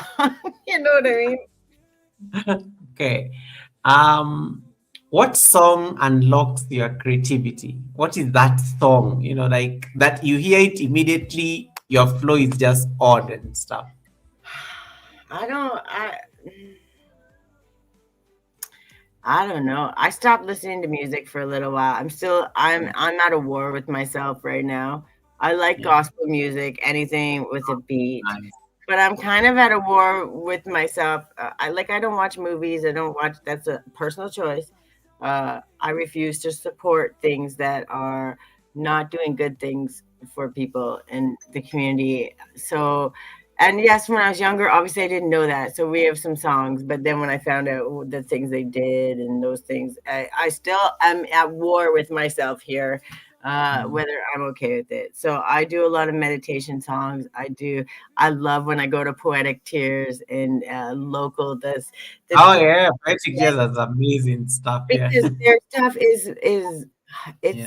uplifting, right? The rap vibe, but with uplifting words.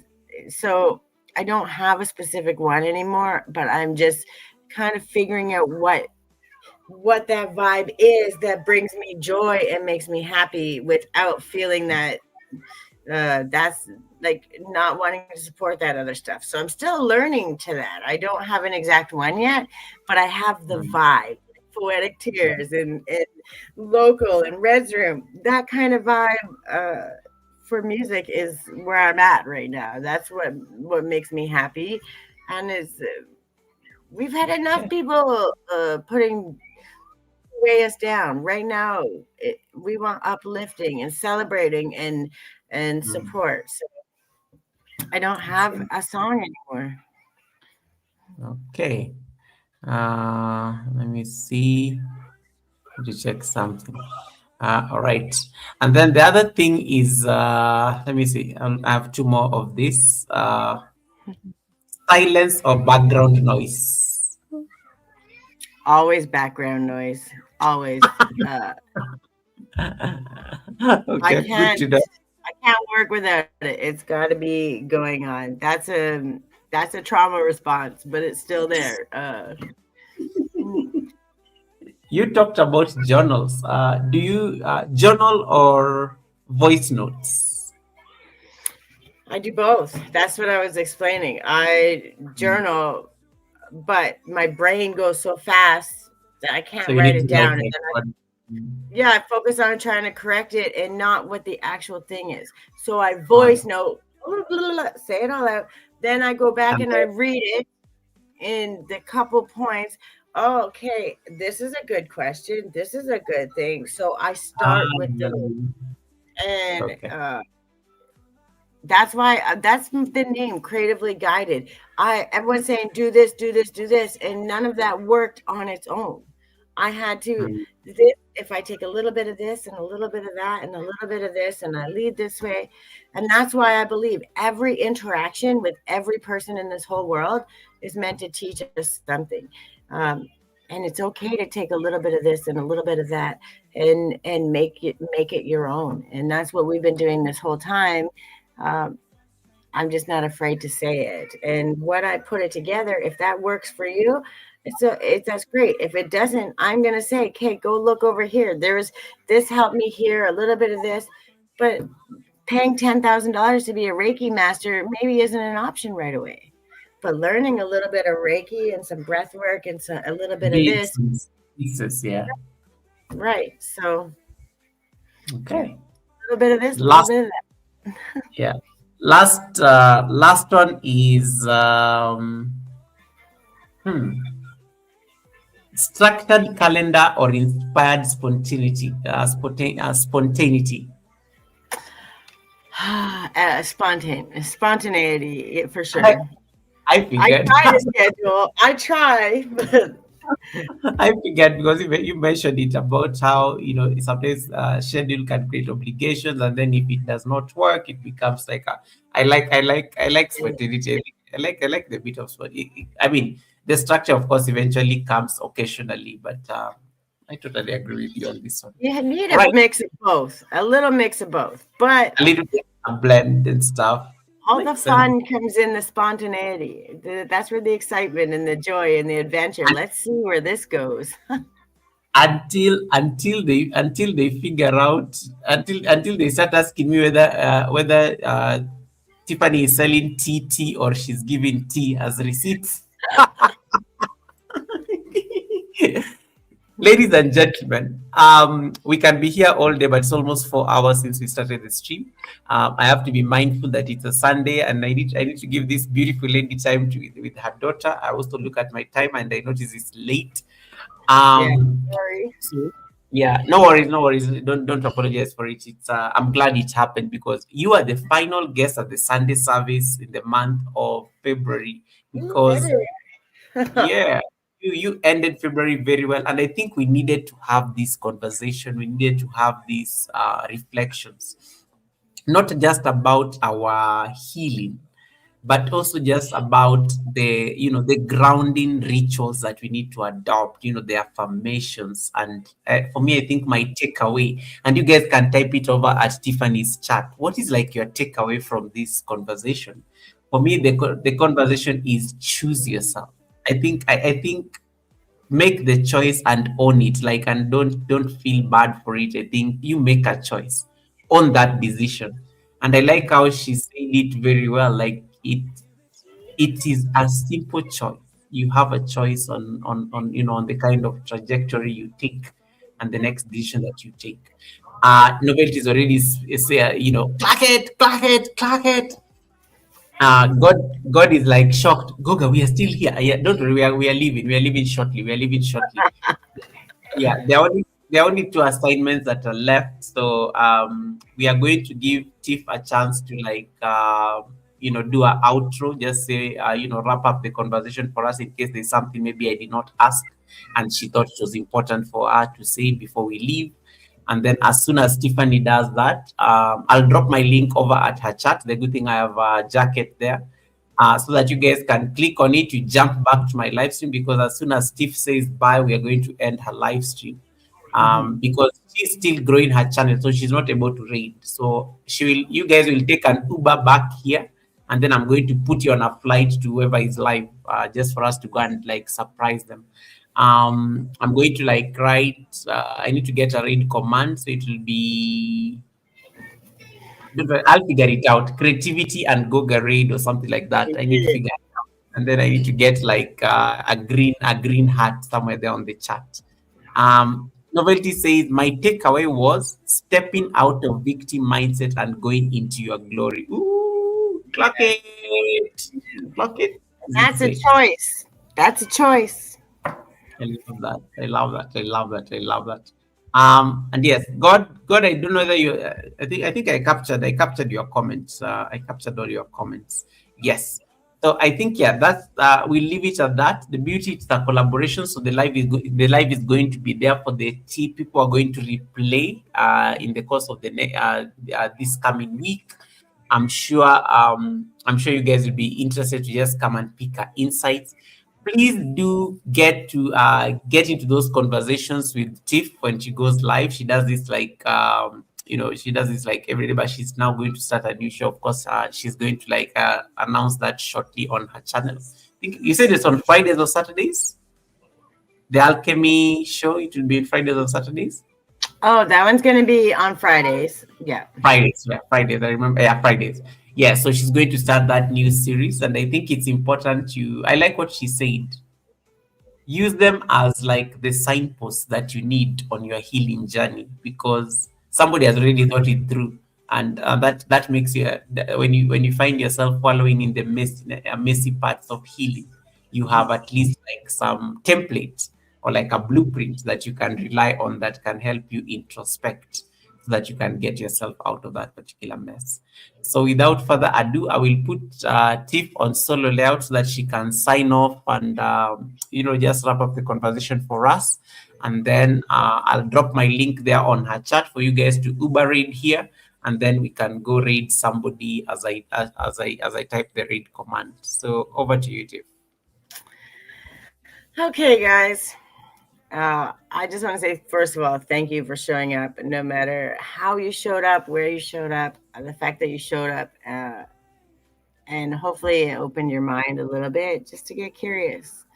I do my check-ins on Saturdays. Those are energy check-ins, ask questions. I have my accountability ones on Fridays, and the monthly ones for a week long at the end of the month.